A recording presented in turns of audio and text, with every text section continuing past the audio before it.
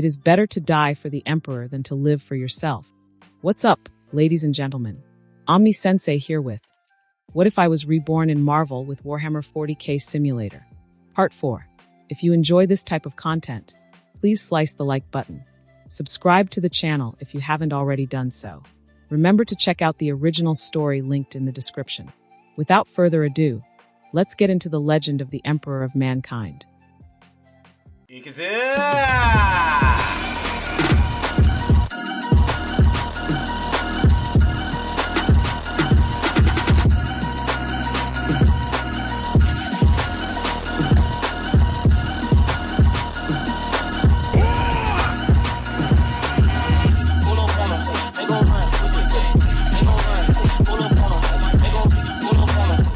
Zair's secret base in a lounge completely covered with gleaming metal.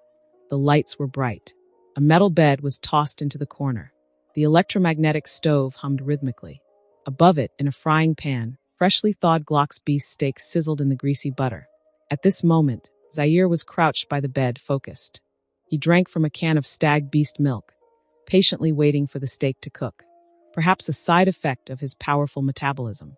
Ordinary food was no longer enough to meet Zair's daily needs. So he gradually started experimenting with foods that were harmless and wouldn't pollute the environment. Warhammer provisions. This opened up a whole new world for Zair. Apart from the occasional cannibalistic products used as a joke, most Warhammer foods could be considered exotic delicacies. Not long ago, after much hesitation, Zair gritted his teeth and tried one, and found himself hopelessly hooked. Maybe there was no such thing as junk among the scraps recovered through his salvage function. It was just that Zair hadn't figured out how to make full use of it yet. 10 minutes later, with his mouth still greasy, Zair finished his midnight snack. He stood up, satisfied, and paced slowly around the lounge to help digest. As he wandered, he absent-mindedly activated the simulator. After some thought, he pulled out the long-awaited Solar Void combat armor. Boom! The heavy combat armor floated in the air before landing heavily on the metal floor. Ha! Smiling, Zair crouched down, continuously running his hands over the armor, as if to feel the hard texture with his fingertips. Then, without any guidance, he began to put on the combat armor before him. A few minutes later, casually grabbing his chain's word, he strode out of the lounge as if charging into battle. He jumped into the training field and went wild. This reckless behavior, seemingly just to burn off excess energy, continued until he was interrupted by an Iron Man, returning to the base hall with a large load of building materials. Before long, the Man of Iron, standing 2 meters tall, positioned itself at the edge of the training field. Its 2 metal arms folded in front of it like a poised butler. At this moment, the blue light in the iron eyes flickered slightly. It addressed Zair, who was still wielding the chain's word. "Good evening, honored Omnicia." "Good evening, my friend," Zair replied, stopping his swings. He removed the enclosed helmet of the combat armor and tucked it under his arm. With beads of sweat on his forehead, Zair walked over to the Man of Iron, smiling. "Ah, friend, don't you think it's time you had a name? It doesn't feel right to keep calling you by your serial number." In response, the Man of Iron bowed slightly, and even its mechanical voice seemed to carry a hint of longing. "My lord, names are mere labels, especially for mechanical beings. But if you wish, you may call me David." "David?" Zair blinked in surprise, then nodded in approval. "All right, from today onwards, you'll be David. By the way, how's the investigation I asked you to handle?" After confirming the name, Zair's tone shifted abruptly, and the previously relaxed atmosphere grew tense. The Man of Iron, now David, bowed its head slightly, as if retrieving information from its metal cranium. Then it spoke succinctly. "The Hydra's secret bases are scattered across the globe, with one at both the North and South Poles.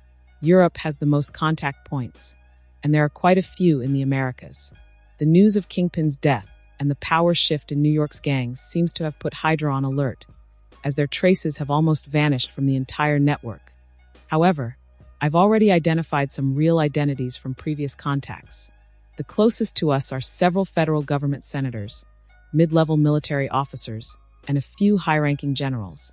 The blue light in David's eyes flickered as he continued. "As for S.H.I.E.L.D., they appear to have a separate internal communication network, so I could only gather limited information. However, with the names you provided, I've identified some low-ranking Hydra operatives. For now, this is all the data we have on Hydra. Upon hearing the report, Zaire narrowed his eyes and sneered. Cut off one head, and 2 more grow. I'd like to see how many heads this group of heretics has for me to chop. Before finishing his thought, Zaire said, let's not alert them just yet. We need to map out their entire organization structure. Unlike the orcs, simply cutting off their leaders might not be enough. He then asked, what about Roxxon Industries? What's their situation? David's eyes flickered again, his metal head tilting slightly. My analysis suggests Roxxon Industries and Hydra are not partner organizations. Or at least they only have overlapping interests in certain areas. Roxxon seems to be solely interested in profit from Terra, with tendrils reaching into the entertainment industry, media, and politics. Their goals differ from Hydra's world domination. While cooperation between them is possible, their ultimate aims diverge significantly. There are also rumors that Roxxon's CEO, Dario Ager, may not be human. Zaire's brow furrowed as he softly muttered, alien influence? He narrowed his eyes, sinking into deep thought. Sensing this, David fell silent and waited patiently. A few minutes later, Zaire spoke. Then we'll deal with Roxxon first. Heretic forces can wait, and we'll take them down all at once. But for aliens, I don't want to wait even a minute longer. David bowed slowly, his metal head glinting under the lights. Understood, my lord. Roxxon Industries will pay dearly. With that reassurance, Zaire nodded. Without looking back, he headed toward the lounge. As he walked away, his voice echoed back to David. David, this is your domain now. Don't let me down. I just need to know where to go and who to cut, got it? The blue light in David's eyes suddenly brightened significantly. As you command. Omniscia. In the lounge, Zaire removed his combat armor and placed his chain's word in its proper place. He sat cross-legged on the metal floor. Opening the simulator interface again, Zaire noticed that there were still 48 hours left on the cooldown for the next simulation. With a slight frown, he thought for a moment.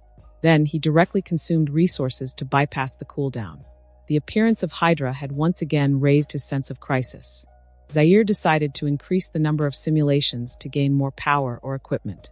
Emperor, protect me, Zaire muttered to himself and restarted the simulation. Simulation starting. Current identities available. Katakan Recruit, Krieg Grenadier, Kazarkan Sergeant, Latalis Stormtrooper. Please choose your arrival identity. If you refuse, a random identity will be selected. Identity selection refused. Simulation starting. You have arrived in the Warhammer universe. Time, unknown. Location, Galactic Rim, Orpheus. You arrived on the planet's surface. You found yourself falling from the sky. You couldn't suppress a scream of fear. You landed heavily in a shallow freshwater lake. The impact caused your nose and mouth to bleed, and you lost consciousness. You slowly sank into the warm waters of the lake. You were on the brink of death. You woke from your coma, miraculously still alive. You found yourself lying in the sidecar of a hoverbike, covered with a thick, brightly colored blanket. You turned your neck slightly and saw a short-haired girl wearing goggles speeding along on the hoverbike. The fading light of sunset shone on her pale skin, revealing a faint fuzz on her delicate face. Your gaze drifted past her thin, pink lips, and above her high nose, you saw a pair of crystal-clear, bright purple eyes. For a moment, you forgot where you were, as your eyes focused solely on the girl's side profile. Hey, big guy, did you hit your head? The short-haired girl's crisp voice reached your ears. You shook your head and, after taking a deep breath, carefully expressed your gratitude for saving your life. The short-haired girl, expertly controlling the hoverbike, kept her gaze fixed on the road ahead. Upon hearing your thanks, a faint smile appeared at the corner of her lips. Big guy, welcome to the agri-world. Wait, no, I mean welcome to your descent. Haha, she said, laughing heartily. As you regained your senses, you finally noticed the endless green fields surrounding you. Further away, massive machines were strolling through the fields, spraying pungent fertilizers and diluted water. On the first day, heavily injured, you were brought back to the base by the short-haired girl. It was a workshop for repairing agricultural machinery. The short-haired girl, whose name was Zoya, lived there with her grandfather. Their family had managed the repair and oversight of the local agricultural operations for generations. Once again, you expressed your gratitude to Zoya, who twirled her hair around her goggles while staring intently at you. Afterward, Zoya called her grandfather over. a muscular old man with mechanical limbs, walked over to you. He examined you closely for a moment, his face expressionless, before saying to Zoya, "This lad doesn't look like a rebel or a cultist." "I'm just one of the Emperor's coins," you said weakly, managing to prop yourself up as you spoke to the old man. The old man blinked, then burst into hearty laughter. "The Emperor protects you. Welcome to my home." The old man extended his hand to you, offering a warm welcome. On the second day, your injuries were completely healed. You were used to such recovery, but Zoya and her grandfather were shocked. You asked the two about how to leave this place. Smiling, Zoya gave you bad news. Due to the vastness and isolation of the agri-world, aside from the monthly harvest ships that collected crops and resupplied the garrison, there were no long-distance transportation options to get you to the city. Even worse, this month's ship had just left. On the third day, stuck there for the time being, you decided to join Zoya's patrol team. Together, you and Zoya patrolled the giant machines working the green fields. You quickly adapted to the job and earned Zoya's high praise. Basking in the sunlight, you couldn't help but smile brightly. On the fourth day, you and Zoya's conversations became more in-depth. You inadvertently shared some of your combat experiences with her. This seemed to resonate with Zoya. Through her words, you learned that Zoya had an older brother. He was currently serving in the city's defense forces. If not for her grandfather's advanced age and the need to care for him, Zoya would have also joined the defense forces to fight for the Emperor alongside her brother. You moved your lips slightly but ultimately chose to remain silent. You couldn't change, nor did you want to shatter, the dreams of a young girl who had long aspired to this. On the fifth day board, you decided to learn some agricultural knowledge from Grandpa Ved. Ved began to ask probing questions about your background.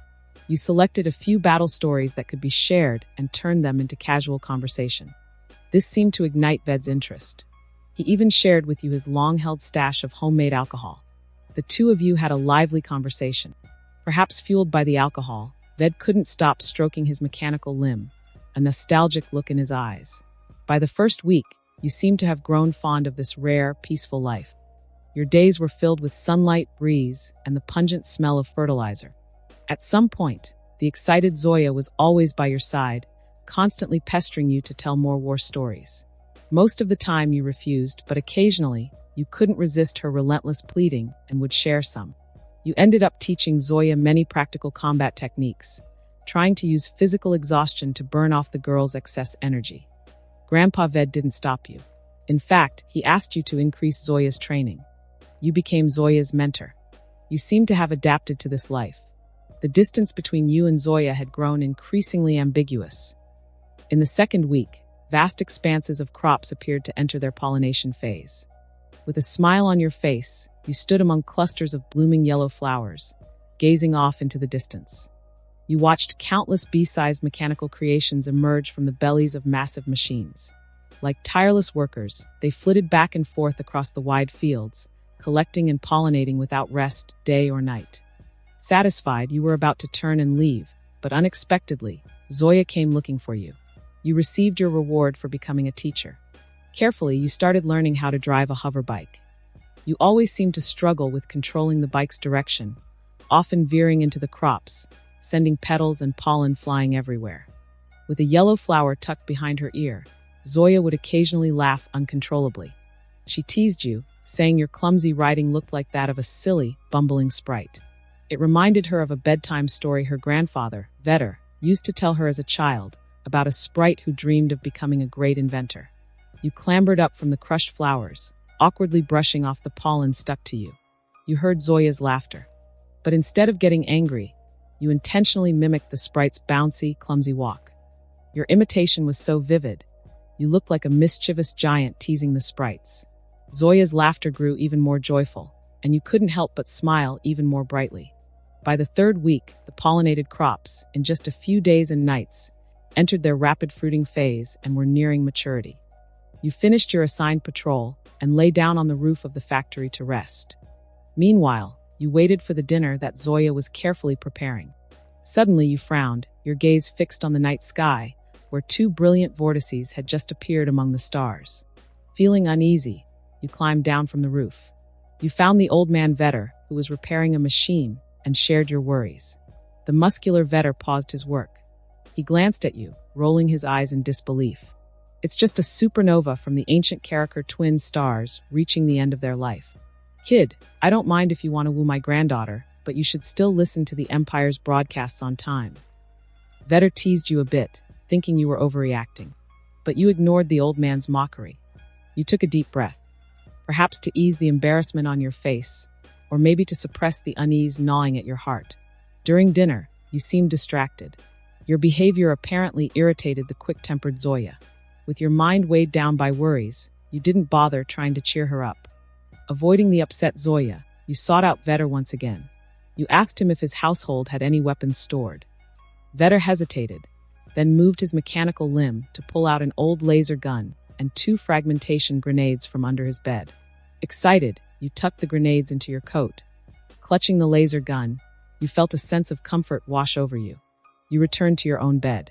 Instinctively, you muttered a prayer to the Emperor and closed your eyes with a sense of peace. It felt as though you were slipping into a dream from which you couldn't wake. Groggily, you opened your eyes. Your thoughts seemed sluggish, likely from the dream. To your shock, you found yourself sitting at a strange, enormous table. Looking around, the table was covered in thick dust, with plates filled with unknown ash and grime. Even more horrifying, scattered among the ash and dust were chunks of blood-red flesh, resembling human limbs. Your expression went blank as you kept turning your head, scanning the bizarre and grotesque scene before you. Around the table stood tall figures draped in ancient furs, their faces seemingly hidden behind metallic skull masks. They kept grabbing the flesh, trying to stuff it into their opening and closing mouths. Yet the flesh couldn't enter their non-existent stomachs. Piece by piece, the flesh passed through their hollow metallic chests, falling straight to the blood-stained floor. At the same time, you noticed a well-dressed, vacant-eyed middle-aged man sitting in a corner of the table. He seemed utterly paralyzed by the terrifying sights before him. White foam dripped from his mouth and nose, and from deep within his throat came the occasional incoherent mumbling. Everything you saw felt so real. You couldn't tell where the dream ended and reality began. You struggled to think through the fog in your mind, desperate to wake up and escape this terrifying banquet. But to your horror, no matter how hard you tried, you couldn't break free from the invisible chains holding you down. Suddenly, the light before you dimmed. A metallic hand closed tightly around your throat. You strained to look, only to see a terrifying figure draped in blood-red fur staring directly at you. You wanted to detonate the fragmentation grenades hidden in your coat, but found you couldn't resist. In that instant, a harsh, grating voice, like metal scraping against metal, pierced your ears and rattled your nerves. The Minak dynasty returns, the banquet of flesh, unnecessary, an intruder. The terrifying figure murmured, the cold, cryptic words tinged with confusion. Your consciousness began to blur. You struggled to breathe. You were on the brink of death. Suddenly, you jolted awake in bed. Drenched in sweat, a terrified scream that had been trapped inside finally escaped your throat. You cautiously opened your eyes. Standing before you was Vetter, his face full of concern, and from Zoya's room came her anxious inquiries. You heaved a sigh of relief. After a moment of quiet reflection, you got up and approached Vetter. With a sincere expression, you urged him, telling him that you had received a revelation from the Emperor. An unknown and terrifying crisis was about to befall this planet. The 3 of you had to leave immediately. The sooner, the better. The farther, the better. Vetter furrowed his brow and stared into your eyes, his expression fluctuating with uncertainty. The old man was silent for a long time before finally clenching his teeth and making a decision. Zoya, Plan A. Vetter shouted toward the room. In the 4th week, the fields stretched endlessly, filled with plump, ripened fruit hanging heavily on every tree. But the harvest ship, symbolizing prosperity and anticipated like a giant, fat bird, as Zoya called it, had not arrived as scheduled. You scanned your surroundings, eyes passing over the purple-skinned fruits, while your hand tightened on the laser gun. Sitting in the sidecar of Zoya's hoverbike, you sped quickly over the crops. The old man Vetter, wearing his windproof sunglasses, skillfully rode another hoverbike, following closely behind you both. Decisive in his actions, Vetter had taken your advice. Now, the 3 of you were headed toward one of the few settlements on this planet, the town of Blessing. Only there would you find the transit hub needed to leave this agricultural world. You shifted slightly, casting a quick glance at Zoya's pale profile before catching Vetter's form in your peripheral vision. You were certain the old man was far more than a simple farmer who knew his way around machines. His swift, purposeful movements suggested he was a seasoned imperial veteran. Fixing your gaze ahead, a hint of a smile played at your lips. Suddenly, Zoya's voice reached your ears. The recent supernova explosion of the twin stars Caracal had disrupted the planet's communication network with its energy surges. This made it impossible for you to contact Zoya's brother. As a member of the Imperial Defense Force stationed in Blessing, he had the authority to arrange a ship for your departure from this planet. Zoya was even more worried about her brother's safety. Bound by duty, he might not be able to leave with you. You maintained a silent presence, listening closely to her concerns. You had doubts about whether the three of you would make it onto that ship. Yet the old man Vetter appeared unfazed. Believing he had a backup plan, you decided to follow his lead. After a day and night of relentless travel, you neared your first rest stop. The hoverbikes, having been pushed to their limits, needed refueling, and their engines required new parts and a chance to cool. But upon reaching the rest stop, you found no signs of life. Instantly on guard, the laser gun in your hand hummed, ready to fire. The old man Vetter's voice broke the silence. He explained that the rest stop was manned by an old friend, someone who had considered this place home and wouldn't leave easily. Taking a deep breath, you warned Zoya, who looked tense, to prepare for a quick escape. Waving off Vetter's offer to join you in the search, you leapt from the hoverbike, stealthily approaching the outpost. You entered the warehouse smoothly. The sight of a human body, skin stripped away, lay on the ground, blood pooling around it. Around the body, shards of several broken servitors littered the area. Despite a thorough search, you found no enemy. Whoever had done this had vanished like a ghost, leaving no trace.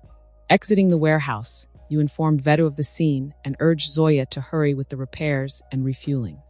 Inside, staring at his friend's body, Vetter's expression darkened. After a moment of silence, he told you why he trusted you. His faith was driven by the Emperor's divine will and the instincts of an old soldier. The scene before him also confirmed that the peaceful agricultural world he once knew was gone. Eventually, Zoya finished the repairs and refueling, then started gathering ripe fruits from the nearby crops for supplies. With a heavy heart, Vedu outlined the next steps. Upon entering Blessing, you were to find Zoya's brother while Vetter searched for other options. Should her brother be unable to secure you a ship, you were to proceed to Broken Horn Alley in town and seek out a wanderer named Red Hand, who would help you leave with or without Vetter. If I don't make it, will you look after Zoya? Vetter asked, hesitating, his tone calm. You remained silent, then glanced at Zoya, joyfully gathering a large fruit, and nodded slowly. And so, the three of you resumed your journey, fleeing across the land. The outposts you passed were either deserted or strewn with blood and corpses. Days later, dusty and tired, you finally reached the outskirts of Blessing. Even Zoya, inexperienced in warfare, sensed something amiss. Beside the road lay an abandoned Chimera troop transport and a Lehman Russ tank. Raising your laser gun, you moved in to investigate. The heavy weapons were fueled, free from mechanical issues, with machine spirits still vibrant. In the troop transport, you discovered some abandoned gear, including a hell gun and scattered protective equipment. Calling Zoya and Vetter over, you placed an Imperial Defense Force helmet on Zoya's head. Meeting her uneasy gaze, you gently fastened the chin strap. Handing her the laser gun, you instructed her to shoot first and ask questions later if danger arose. Emotionless, you hoisted the battery pack onto your back and took up the hell gun. Vetter, with his mechanical limbs, picked up a fallen laser pistol, nostalgia in his eyes. With everything prepared, you left the now-worn hoverbikes behind, choosing to walk into the town. Desolation met your gaze as you entered, the ground littered with craters and skinned human remains. Explosions rumbled from the direction of the Imperial garrison, suggesting ongoing resistance. Even Zoya, usually fearless, shrank behind you, her fear palpable. Instinctively, you tightened your grip on the hell gun, eyes scanning for movement. Veta surveyed the area, brow furrowing, and in a low voice, suggested heading directly to Broken Horn Alley. Zoya, anxious for her brother, hesitated but stayed close. At that moment, 7 or 8 armed humans rushed from a nearby corner, their expressions panicked. You opened your mouth to speak, but they became crazed upon seeing you, raising their weapons. Expressionless, you pulled the trigger. Within seconds, hellgun fire reduced the group to ash. But the gunfire attracted a far deadlier foe. In an instant, a ghastly figure emerged from the shadows, hunched like a ghoul. Its skull-like metal head was blood-stained, its body of living metal reflecting the cold light. Sharp, razor-thin blades replaced its fingers. Its arms and neck were draped in human skin like a gruesome cloak. Most horrifying of all, a skeleton hung from its back, swaying like a macabre banner. The Necron Flayer. Wide-eyed, you aimed the hell gun and pulled the trigger. "Run," you shouted, desperation evident in your voice. The hell gun roared, beams striking the metal but had no effect. Instead, the attack only enraged the Flayer. With gritted teeth, you held the trigger down, buying time for Zoya and Vetter to escape. Then, Vetter drew a deep breath. He lifted his mechanical arm, revealing a larger weapon, a bolt pistol. The muscular old man, wearing his sunglasses, moved past you. "Go. Find Red Hand in Broken Horn Alley," he ordered, not looking back. With a deafening roar, the bolt pistol fired, momentarily halting the Flayer. You stopped shooting as the hellgun overheated. Turning, you grabbed Zoya, hoisting her onto your shoulder. She clung to you, her purple eyes brimming with tears. "Grandpa," she cried, but Vetter replied without turning. "Live, child. Survive," he shouted back. He held the Flayer at bay with precise shots, while you carried Zoya into the alleys. After several seconds, the bolt stopped. With dry eyes, you pressed on, Zoya on your shoulder, tears falling silently. As you moved, Zoya calmed, guiding you through the maze of buildings. Minutes later, you were within sight of Broken Horn Alley. But a shell from the direction of the garrison landed nearby, throwing you both to the ground. Dizzy, you tried to get up, noticing your leg had been sliced by shrapnel, blood pooling around you. Looking around, you saw Zoya a few meters away, her helmet shattered. She seemed unharmed, save for a bleeding wound on her forehead. Taking a deep breath, you crawled to her side. But through the settling dust, a terrifying figure appeared. You stared in horror as the Flayer emerged, wearing Vetter's old, withered face on its metal skull. A deep, unsettling whisper echoed from the creature. "Zoya," the Flayer muttered. Gritting your teeth, you reached for your last frag grenade, hurling it at the advancing monstrosity. Crawling to Zoya, you tried to wake her, but blood flowed from her mouth and nose. Your lips quivered as you realized her injuries were fatal. Cradling her head, you mumbled apologies as tears fell onto her face. The Flayer's heavy footsteps approached. You reached for the final grenade. The explosion consumed you and Zoya. In a trance, you seemed to see the unconscious Zoya slowly rising into the air, and a pair of white wings seemed to grow behind her. Your consciousness is plunged into darkness. You're dead. End of simulation, duration 30 days. This simulation yielded options for preservation. 1. Vetter's explosive pistol, ordinary. Label: old soldiers never die, they just fade away. 2. Bedtime story. The Legend of the Fart Spirit's Skillful Path, complete set. Label: this should just be a legend, right? 3. Zoya's hoverbike relic. Label: big old guy live well. The simulation time exceeded 24 hours, simulator where remains. Cooldown time 30 hours. Available cooldown time 449 hours. Would you like to use cooldown time? Cooldown time not consumed. The simulator enters natural cooldown, can be bypassed anytime. The simulation has ended. Zaire, eyes wide open, stared at the simulator's text in shock for quite some time. He stayed silent for a while, then slowly muttered, "This damned simulator." Zaire couldn't imagine what emotions the simulation version of him had experienced. He was detached from it all, unable to truly feel a connection. However, Zaire understood. In that moment, the version of himself in the simulation likely felt a despair beyond anything imaginable. Zaire's gaze passed over Vetter's explosive pistol, settling on Zoya's hoverbike. He raised his chin slightly, taking a deep breath. Then, without hesitation, he chose the last reward. Thud! Accompanied by the metallic clang on the ground, a light blue hoverbike, weighing half a ton, appeared before Zaire. He slowly stood and approached it, warm hands gently stroking the cold metal surface. At that moment, deep within Zaire's heart, complex emotions surged and swayed like tides.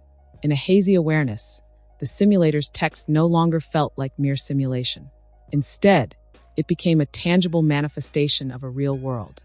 Within the Warhammer universe, a human girl named Zoya once rode this very hoverbike, racing across green fields.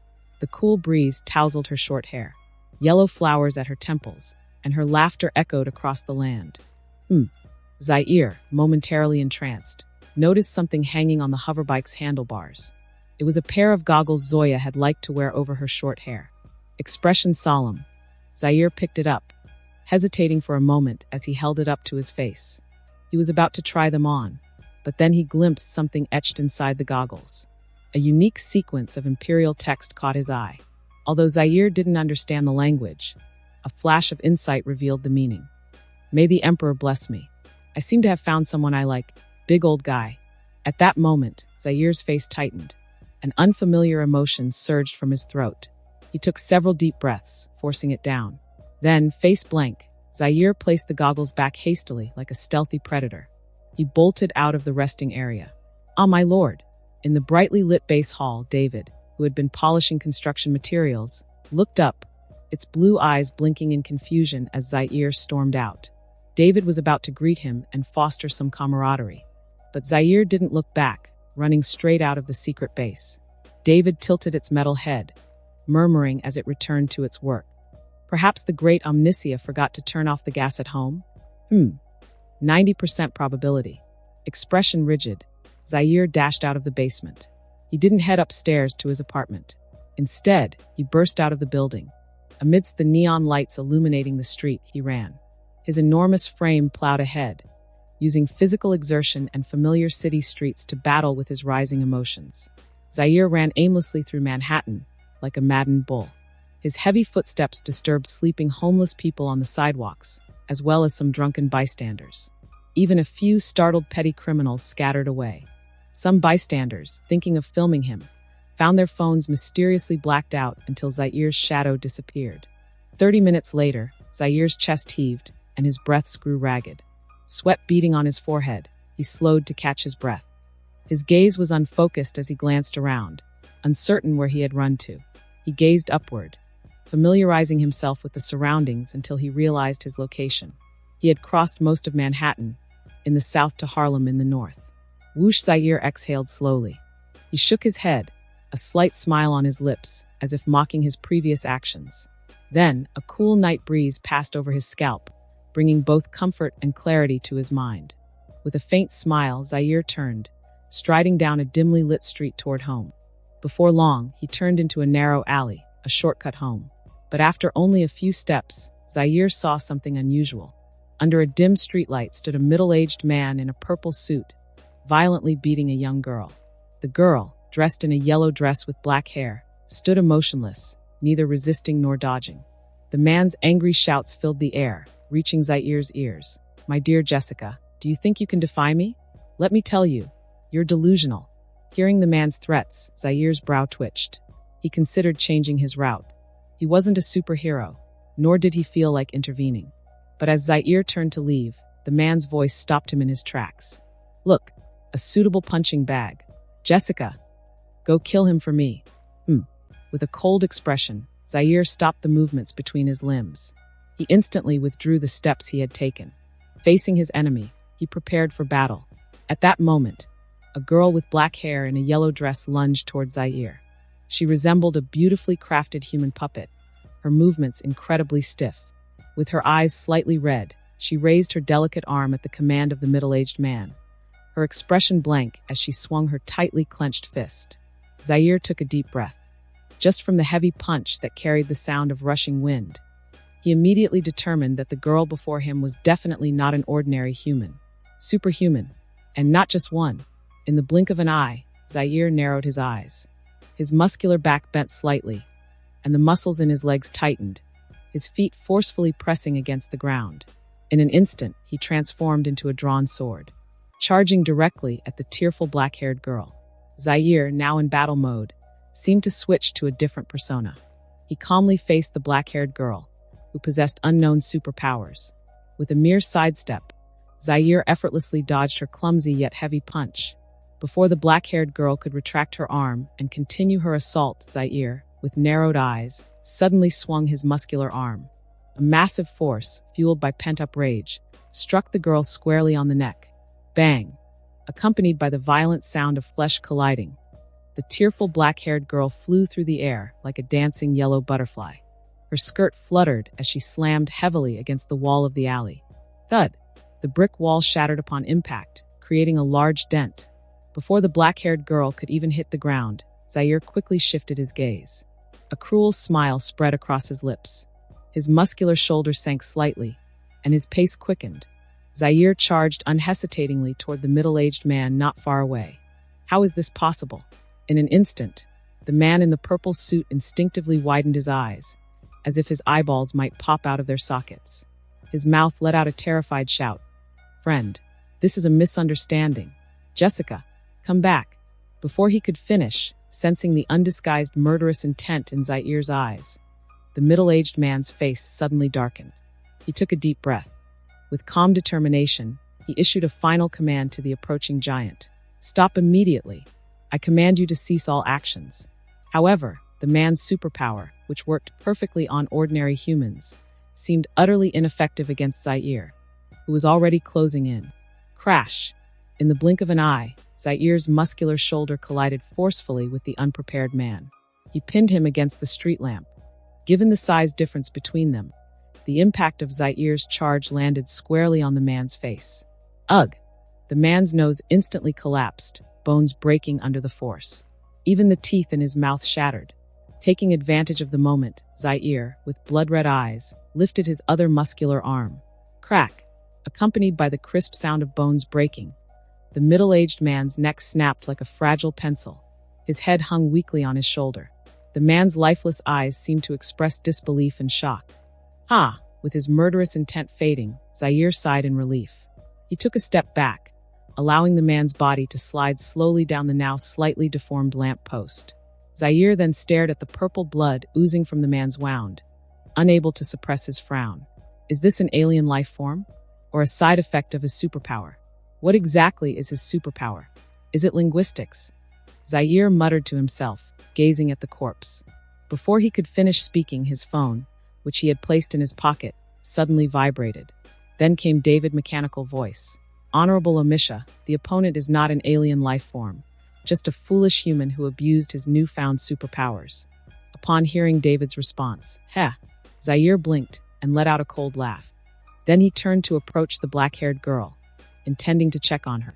However, the girl, who had taken Zaire's full-force blow, seemed not to have died on the spot.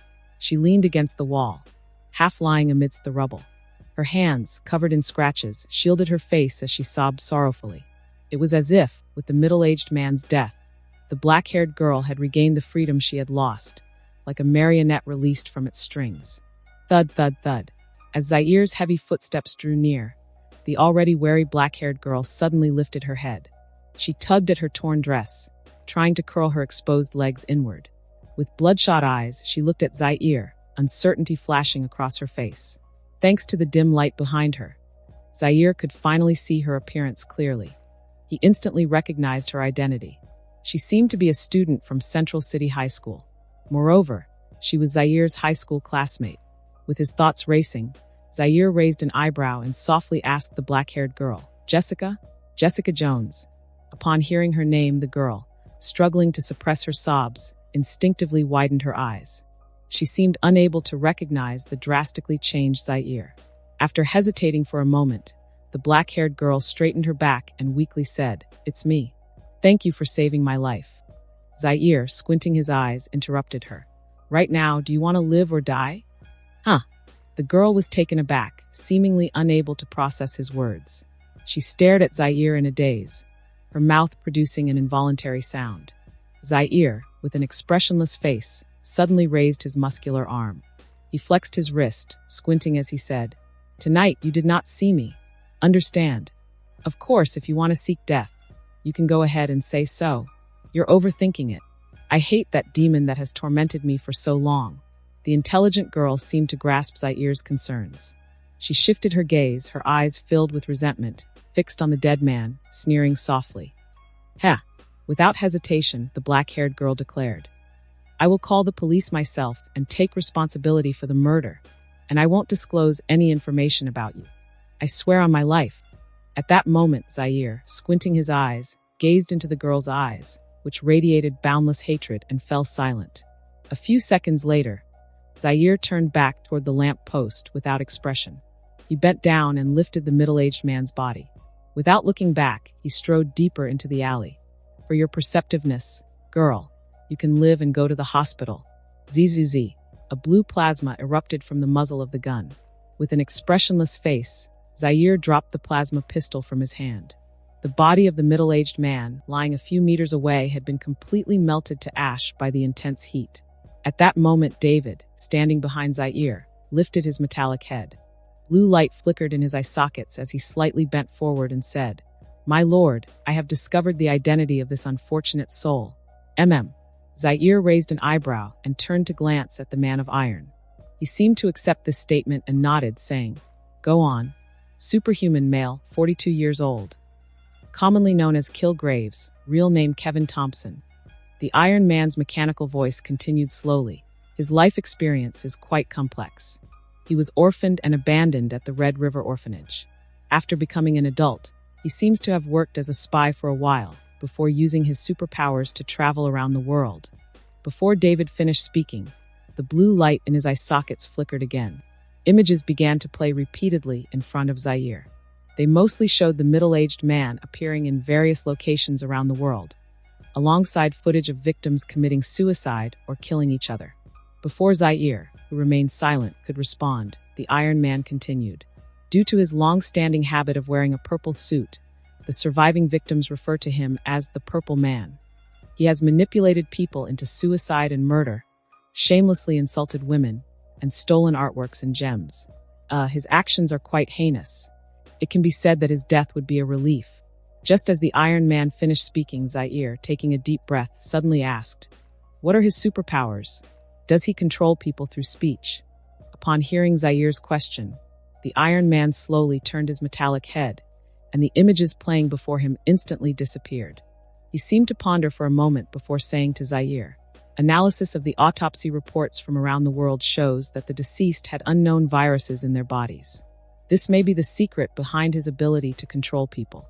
The Purple Man is essentially a large, mobile virus incubator." After hearing the Iron Man's description, Zaire, with narrowed eyes, slightly nodded.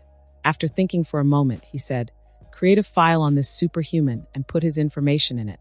I believe similar incidents will become increasingly frequent in the future." Having said that, Zaire put away the plasma pistol and was about to turn and leave. However, David's words once again captured his attention. At this moment, the mechanical voice seemed to carry a hint of amusement. He said calmly, "My lord, this is merely an appetizer.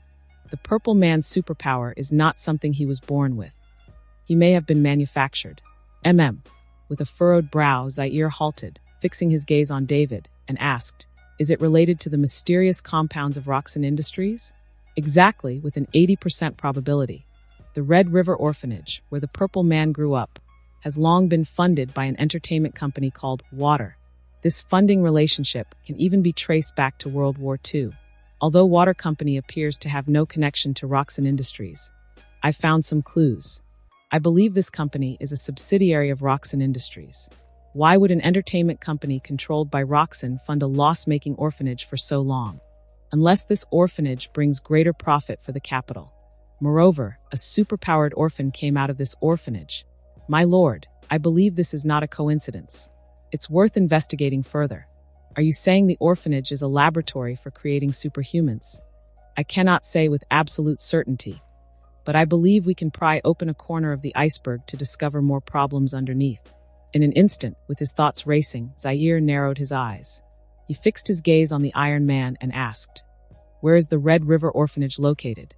"My lord, in Kansas, in a rural town called Smallville." Zaire fell silent for a moment and then nodded slightly. "Understood. Continue the investigation. As you command, my lord." After leaving the secret base, Zaire did not go to sleep. He sat cross-legged on his bed. After hesitating for a moment, he reopened the simulator. Zaire chose not to continue the simulation. He feared the simulator would again give him a spiritual cleansing. Instead, Zaire decided to calm his mind. He casually navigated to the salvage page. Without hesitation, he selected 10 salvage attempts.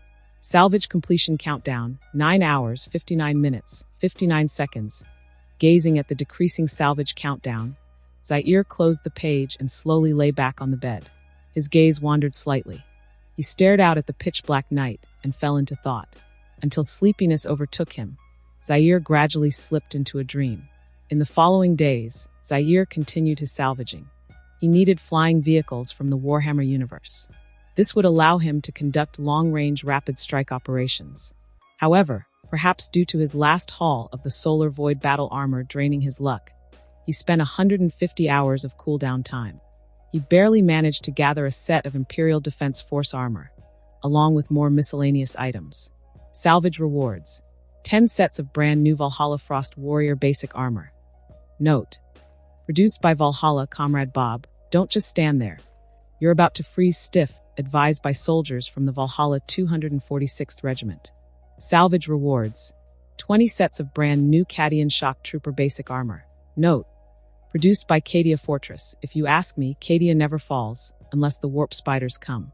Salvage rewards: 5 battle-worn laser pistols. Note: produced by the Mechanicus. Please don't hold it against them. Their machine spirits still linger. Salvage rewards: 100 Blonty specialty longswords. Note: produced by Blonty Nest. Friend, you call this hunk of metal a sword? Soldiers from the Blonty Swordsman 5th Regiment give you a thumbs up. Salvage rewards: 10 standard saddles for Attila's Barbarian Cavalry. Note: produced by Attila. If you can endure the smell on them, congratulations. Welcome to the Barbarian Cavalry. Salvage rewards: 10 standard sets of Agamotton Orc Hunters. Note: produced by Agamotton. 1 head, 2 heads, 3 heads. Don't be afraid, I just like green-skinned heads. Salvage rewards: 10 standard sets of Mia's Red Cloak Army. Note: produced by MIA's 15th Planet. Stinky Flames, ultimate enjoyment. Salvage rewards: 10 servings of Astartes standard rations. Note: produced by the Mechanicus. Trust me, mortals should not attempt this lightly. It will shatter your teeth and pierce your intestines. Taking a deep breath, Zaire scanned through the dazzling array of salvage rewards. He wasn't feeling frustrated. After all, it wasn't a loss. At least he wouldn't have to worry about training materials for soldiers in the future. Even if I use them until death, I won't wear them all out. Zaire couldn't help but sigh as he chose another 10 salvage attempts. Then he stood up from his desk. He intended to head to the secret base. However, at that moment his phone, which he had left on the table, suddenly rang. "Hello, Aunt, what's up?" Zaire casually answered the phone.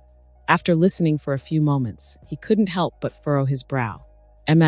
My high school classmate." The last blood-red rays of the setting sun gradually disappeared beyond the horizon. Countless brilliant neon lights illuminated every corner of city. The delicious restaurants, even after closing their doors to new customers, remained open. Aunt, dressed in her white chef's uniform, leaned against the kitchen doorframe, her gaze occasionally drifting toward a table near the entrance. At this moment, the neon light from outside the door cast a glow on a black-haired girl in a black leather jacket. A glance revealed her tired, disheveled appearance, her hair greasy and unkempt, as though it hadn't been washed or groomed in days. She stared blankly at the cold plate of fried rice in front of her, as if her mind was wandering far away. Just then Carl, who had just finished cleaning the kitchen, came up beside Aunt. He first poked his head out, his rimless glasses glinting as he glanced a few times at the black-haired girl. Then, turning to Aunt, he asked, "Boss, she still hasn't left?" Aunt nodded solemnly, her expression serious. Lowering her voice, she complained, "She's been sitting there all day after ordering just a plate of fried rice. If she hadn't said she was an old classmate of Zaire, I'd have kicked her out by now." Aunt frowned and continued, "Do you think that scruffy-looking girl could be a junkie? My Zaire's always been well-behaved, never one to get into trouble in school. Besides, he hasn't been to school for so long. He wouldn't have time to attract girls, right?" Before Aunt could finish, Carl gave a helpless smile. He stuck his head out again, scanning the black-haired girl once more, before confidently saying, "That girl doesn't look like she's on illegal drugs. More like she's suffering from some sort of post-traumatic stress disorder." "Huh, what disorder? Is that a mental illness?" Aunt was slightly taken aback, her eyes filled with confusion as she looked at Carl. Sighing, Carl pushed his rimless glasses up his nose and shrugged, his tone flat.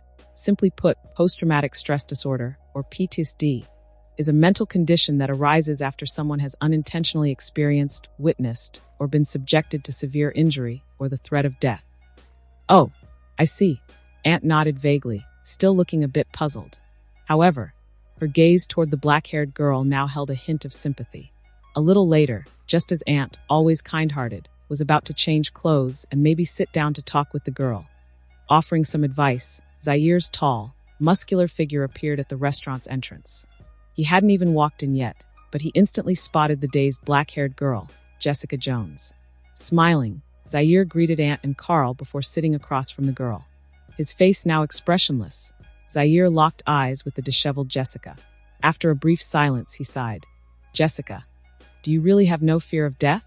Hearing the familiar voice, Jessica, who had been lost in her own world, finally seemed to snap back to reality. She stared blankly at Zaire, hesitated, and said, Sorry, if I had another choice, I wouldn't have dared to bother you. Before she could finish, Zaire raised his chin slightly, looking into her eyes. When did you recognize me? Jessica, looking weary, took a deep breath and managed a faint smile. She blinked and said, At the time, you just looked familiar. But when I got home and dug out the old school yearbook, I could barely confirm it was you. I expected that, Zaire said, still expressionless. But since we were just classmates and not exactly friends, I won't beat around the bush with you. You need something from me?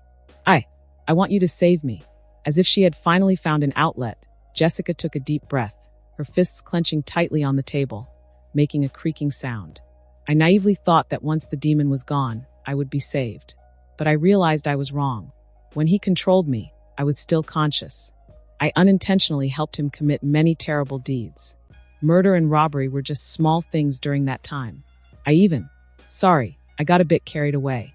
Trembling as she recalled her painful memories, Jessica took several deep breaths to barely suppress the turmoil inside her. With a bitter smile, she looked at Zaire and continued, I haven't been able to sleep properly for days and nights. Every time I close my eyes, I'm haunted by those terrifying experiences. Since you saved me, I came to you again. I beg you, help me find a reason to keep living. Even if you choose to kill me, that's fine. At that moment, Jessica's eyes were filled with despair.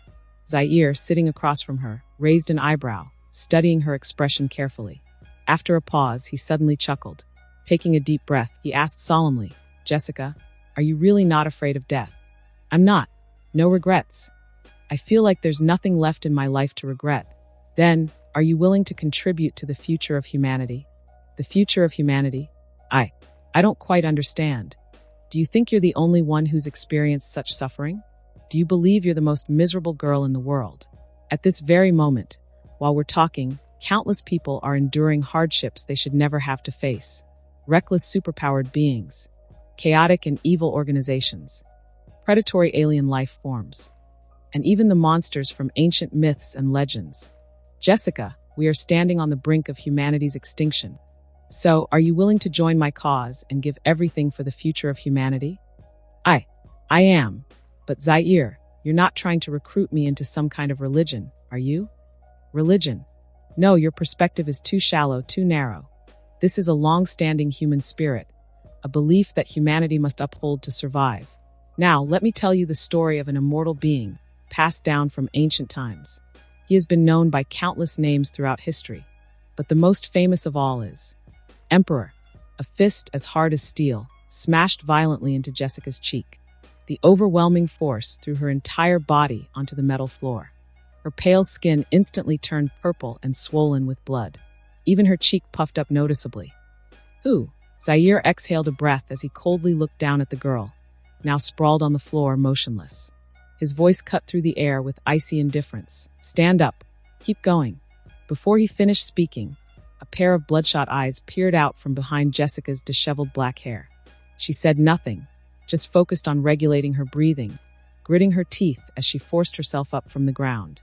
A few breaths later, Jessica barely managed to stand on her feet. At the same time, she carefully assessed the sharp pain radiating from different parts of her body. Yet, between her tightly furrowed brows, a hint of relief and release surfaced. From deep within her throat, Jessica let out a long-suppressed roar of anger. Her fists clenched once more as she charged at Zaire. But after only a few days of basic combat training, the superpowered girl was no match for Zaire, a veteran of many battles. He didn't even bother to strike back. With a simple sidestep and a firm push on her back, Jessica, who had rushed in recklessly, hurtled toward the metal floor like a human cannonball. Thud! The collision between her body and the floor echoed throughout the room. Jessica let out a pained groan, lying there without the strength to rise. She lay on the cold metal floor, gasping for breath, unwilling to move even a finger. A few seconds later, she seemed to either fall unconscious or enter a deep, exhausted sleep. At this moment, the Iron Giant David, who had been waiting nearby, stepped forward. Blue light flickered in its eye sockets. After scanning the girl lying on the ground, it turned to Zaire and said, "My lord, she has exhausted her stamina and fallen into a deep sleep. However, due to her extraordinary physical constitution, her injuries are gradually healing." Zaire stretched his neck from side to side and sighed, replying to David, "Let's end it for now. Even with superpowers, her combat skills are abysmal. Still, that stubborn persistence of hers is commendable.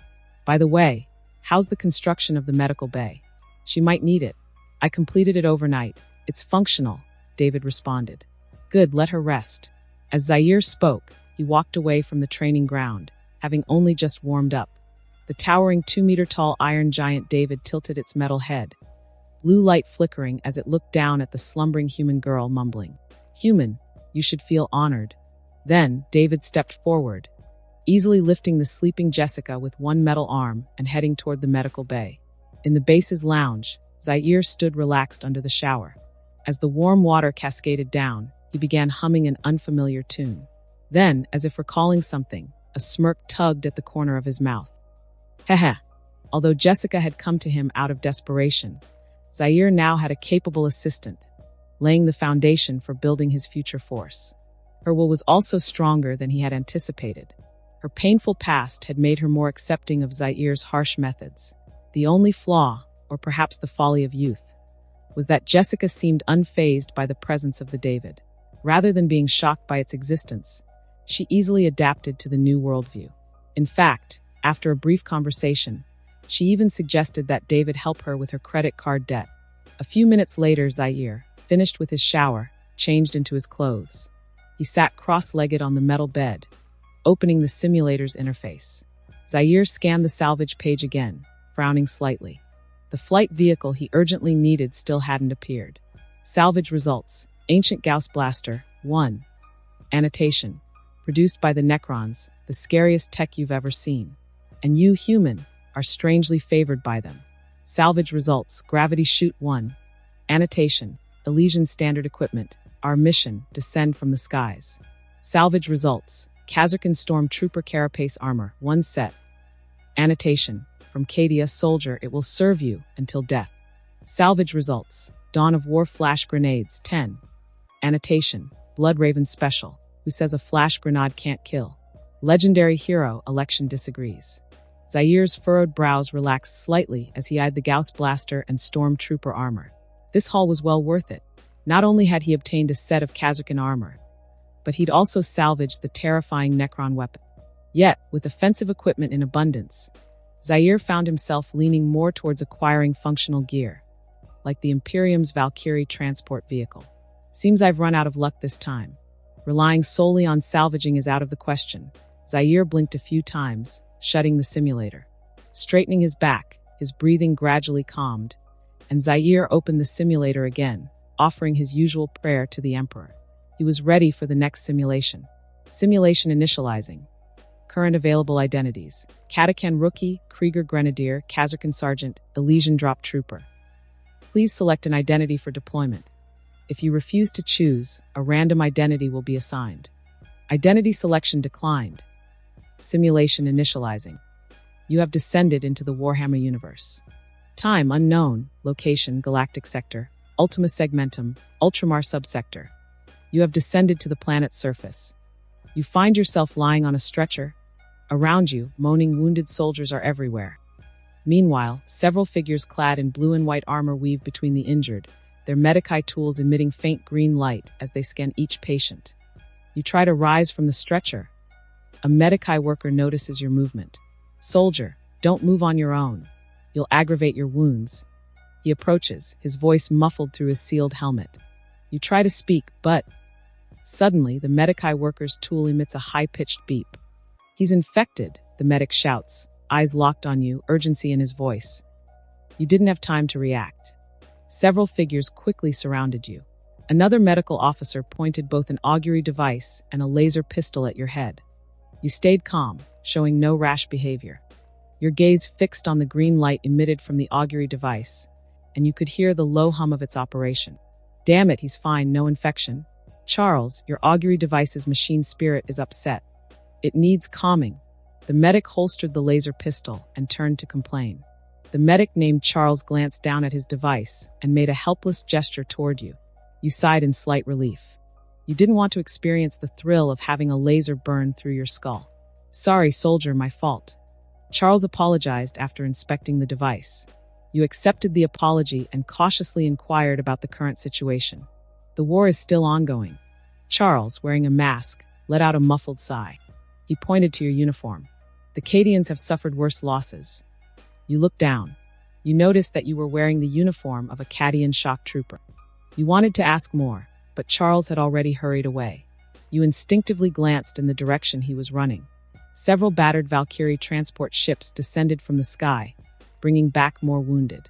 By the first week, your injuries had fully healed. Through conversations with other soldiers, you gathered basic information. You learned that a brutal battle for the planet Arcus was raging. The plague-ridden forces of chaos had invaded the garden world through a warp rift, seeking to drag it fully into the realms of chaos. You were eager to return to the fight. Your attempt to act independently was stopped by the medics. Please consider other people's feelings. Do you think you're the only one willing to sacrifice for the Emperor? What do you think you can accomplish alone on the battlefield?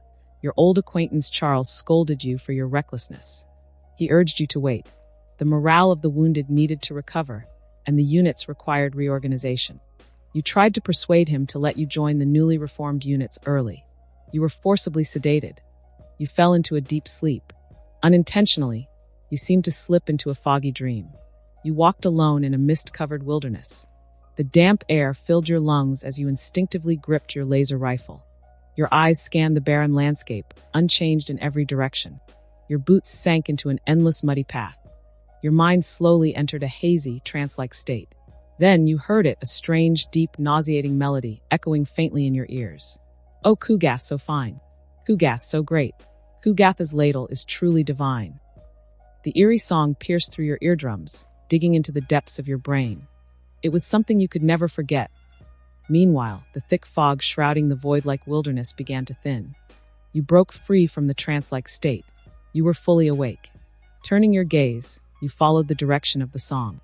Several kilometers away, in the ruins of a dilapidated hospital, a massive, bloated, and rotting figure stood there, as large as a mountain. It wore what seemed to be a protective suit stitched together from countless human skins. Its grotesque body swayed slightly, and on its greasy, exposed flesh, tiny nurglings crawled up, only to fall off, laughing gleefully. The horned monstrosity hummed a nightmarish tune, taking foul substances handed to it by nearby plague-bearers and tossing them carelessly. In front of it, an ancient cauldron, filled with the essence of decay, spewed thick green fumes. The noxious pus inside bubbled and swelled, with the occasional burst sending droplets flying into the air. Every now and then, a thick drop would splash out, tracing a sickly green arc before landing in the desolate earth. The plague zombies beneath the cauldron, who willingly threw themselves into the flames to fuel it, screamed in agony as the pus burned them to their cores. Even the slightest exposure to the vile liquid caused their rotten bodies to disintegrate, leaving nothing behind. You stared in disbelief at the terrifying and bizarre scene before you, forgetting how to breathe. You were utterly entranced. At the same time, the laser rifle gripped in your hand let out a soft, excited hum. You snapped out of it. For a moment, you were confused. The metal weapon in your hand had come to life. The warmth, like flesh, was enough to make your skin crawl. You threw the rifle away, now breathing heavily, its newly formed mouth and nose gasping for air. You turned to flee. But then, your uniform sprouted colorful mushrooms and strange, beautiful flowers. You found yourself overwhelmed with panic. Ah, little one, why are you so scared of Kugath? The nightmarish melody had stopped, though you hadn't noticed. The The gigantic, bloated figure in the distance gazed at you with amusement. At the same time, a horde of giggling nurglings swarmed toward you. Before you could struggle, they engulfed you completely in their sticky mass. Only your head remained exposed. The putrid stench filled your nostrils, invading your nerves, washing over your soul. Next, it felt as though you were wearing a suit of living nurglings. Their laughter continued as you stumbled toward the immense, terrifying figure. "This is our first meeting, but Father Nurgle has mentioned you, little one." The horned creature absent-mindedly stirred its ladle, causing more plague zombies to dissolve into nothing. "I am Kugath, Father of Plagues." Its voice took on a sudden tone of melancholy. You suddenly opened your eyes. You turned over and sat up on the hospital bed, gasping for air. You looked down to check yourself. No injuries were visible on your body. You tapped your forehead in confusion, your gaze fixed on your raised hand. You could faintly feel a familiar heat slowly dissipating within you. It was the lingering pain of a burn from the warp's fire. You lay back on the bed. You closed your eyes once more. The sedative's effects hadn't worn off completely. Your mind was filled with exhaustion. Your body felt as though it had just run a marathon, utterly drained. "Emperor, protect me," you murmured softly, and you fell asleep once more. In the second week, the scattered units within the medical city began gathering for reorganization. With the help of Charles, you successfully joined the Cadian 4012th Armored Regiment. You couldn't drive a Lehman Russ tank, but your honesty earned the appreciation of the regiment's commander, Colonel Odermeyer, especially when he learned of your sharpshooting skills. The colonel made an exception, assigning you as a gunner on a Lehman Russ tank. Your sole task was to operate a twin-linked heavy bolter, shredding any enemies that stood before your steel war machine. In the third week, the undermanned regiment barely assembled 15 Lehman Russ tanks. Even in your own tank, there were only 3 of you. The tank commander, who handled the driving, the gunner, who manned the turret alone, and you, the heavy bolter operator. Nonetheless, Colonel Odermeyer announced one message to all his soldiers. In a few days, you would join a crusade led by the apostate of war, Matthew. You would advance into the Plague territories under the Emperor's gaze to fight the Plague Alliance. This didn't surprise you. You had been waiting for this. You packed the interior of the Lehman Russ with as much ammunition and supplies as possible. In the 4th week, a priest of the Imperial Creed, robed and accompanied by a service-skull floating above his head, appeared before you. Following him were a few battle sisters in power armor and many fervent devotees. The colonel and the priest seemed to know each other. After a brief conversation, the colonel announced the start of the crusade. The Lehman Russ engines roared, the metal vibrations thundering in your ears. Meanwhile, a colossal war train rolled ahead of the entire column. Devotees, some in civilian vehicles and some on foot, joined your crusade, their numbers swelling the ranks. The hymns of the battle sisters echoed all around, while the priest of the Imperial Creed stood atop a Lehman Russ tank, preaching passionately. You looked at the devotees wielding crude weapons. You couldn't help but sigh. In the 5th week, the vast crusading force transitioned from the vibrant city streets into desolate wilderness. Due to the Plague Alliance's invasion, the once fertile land had long been barren, with only resilient weeds thriving. The once lush forests on the hills were now strangled by twisted, thick vines. You learned from the gunner that this was not merely a sign of neglect. The damage wrought by the Plague Alliance to this garden world went far deeper. Before long, the colonel ordered your Lehman Russ to take up the role of scouting the column's periphery. You checked the heavy bolter's machine spirit once more, reloading the ammunition. As the crusade delved deeper into the wasteland, shambling, slow-moving plague zombies began to dot the horizon. These were once Imperial citizens, now reduced to cannon fodder by the Plague Alliance's infection. As the two sides drew closer, you began firing the heavy bolter, its terrifying roar obliterating wave after wave of plague zombies. But the zombies seemed endless, reappearing no matter how many were slain. Colonel Odermeyer sensed the Plague Alliance's tactics. He ordered all tanks to conserve ammunition. Using the Lehman Russ's sheer weight and armor, they crushed their foes instead. You tightened your grip on the heavy bolter mounted inside the tank. The tank commander performed a sharp turn, plunging into a sea of plague zombies. With the charge of a dozen Lehman Russ tanks, the seemingly endless tide of zombies began to thin. But just then, several enormous, hideous Nurgle beasts lunged from hidden corners. Their sole target was the Lehman Russ tanks that had wreaked such havoc on the Plague Alliance's forces. 3 o'clock. 1 round. Temporarily acting as spotter, you shouted to the steadfast gunner. Without hesitation, he skillfully rotated the tank's turret. The gun barrel calmly aimed at a leaping Nurgle beast, and the gunner pressed the firing trigger. With a shudder and a deafening roar far louder than the engine, the Leman Russ fired. In your field of vision, the Nurgle beast was blown to pieces by the shell. The explosion cleared a bloody, grisly area within the horde, scattering all plague zombies within dozens of meters. Well done, boys. Colonel Audremeyer's loud praise echoed through the comm. You turned to the gunner and shared a hearty laugh. Permission to go another round, Commander, you shouted to the tank commander. The silent commander raised a hand in a thumbs up. Your Leman Russ roared even louder, charging into the zombie horde once more. In the end, the intense skirmish ended with a temporary victory for the Cadian 4012th Armored Regiment. Week 6. The expedition force is about to reach the front line of the battlefield. You notice something unsettling. The environment surrounding the expedition force has changed in a twisted way. Countless decaying, blackened trees lie fallen across the ground, and writhing green vines cling to them, swaying in the breeze. Recently fallen rainwater has gathered into swamps, emitting a horrific stench. The changed terrain has made progress difficult for the expedition force. The Leman Russ tank you're operating barely manages to navigate these harsh conditions. However, other faithful members of the expedition are experiencing increasing casualties. Some are swallowed instantly by the bottomless, foul-smelling swamps. Others accidentally touch the splattered mud, which causes their bodies to decay, leaving them wishing for death. In the face of such dire circumstances, even the war apostle Matthew has had to step up. He has stood atop the war train for several days, desperately preaching to the faithful. It seems he's attempting to use the power of faith to resist the invisible threats from the plague army, soothing the souls of the followers. Perhaps it was truly the Emperor's mercy. Despite heavy losses, the expedition force manages to pass through the swamps. Week 7. Your expedition force has entered a misty wasteland. You feel an odd sense of familiarity with the scenery. However, you don't have much time to ponder. The moment the expedition enters the wasteland, countless plague zombies and even stronger plague bearers emerge from the thick fog. Compared to the locally transformed plague zombies, plague bearers form the core of the plague army's power. Meanwhile, giggling Nurgle spirits jump off the plague bearers' shoulders.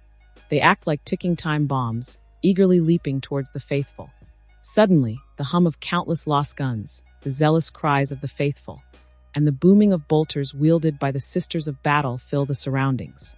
With a stoic expression, you pull the trigger of your twin autocannon, sweeping down the plague bearers holding rotten weapons or human bones.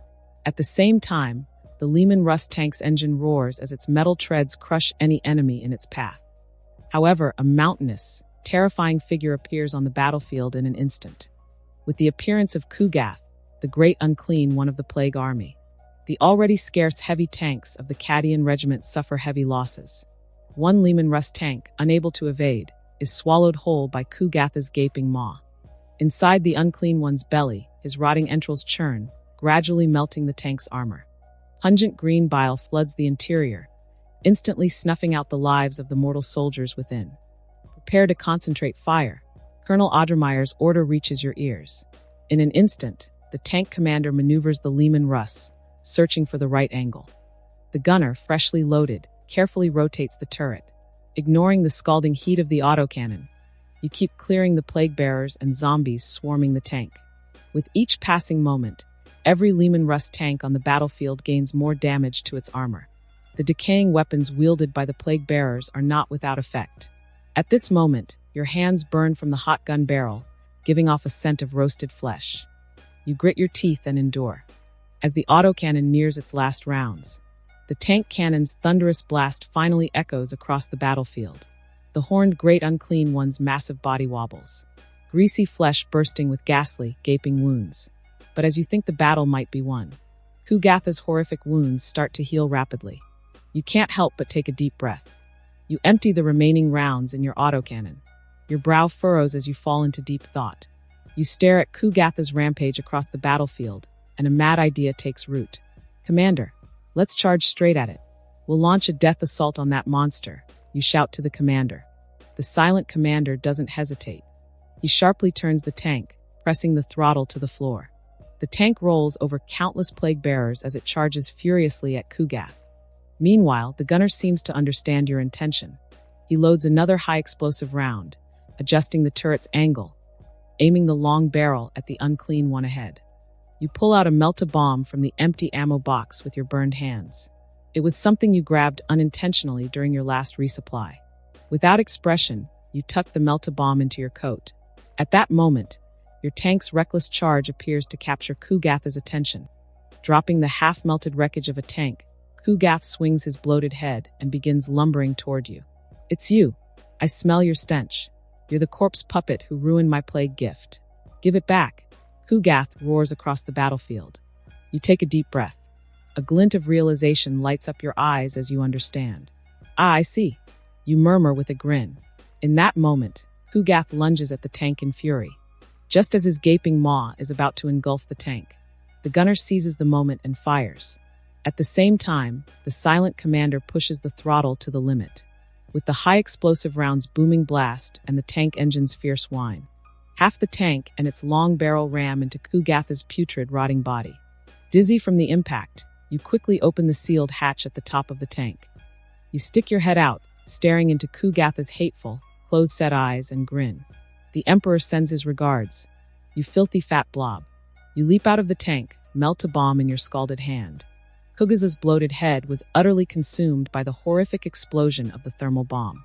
From deep within its maggot-ridden throat, a resentful wail escaped as its soul departed for the garden.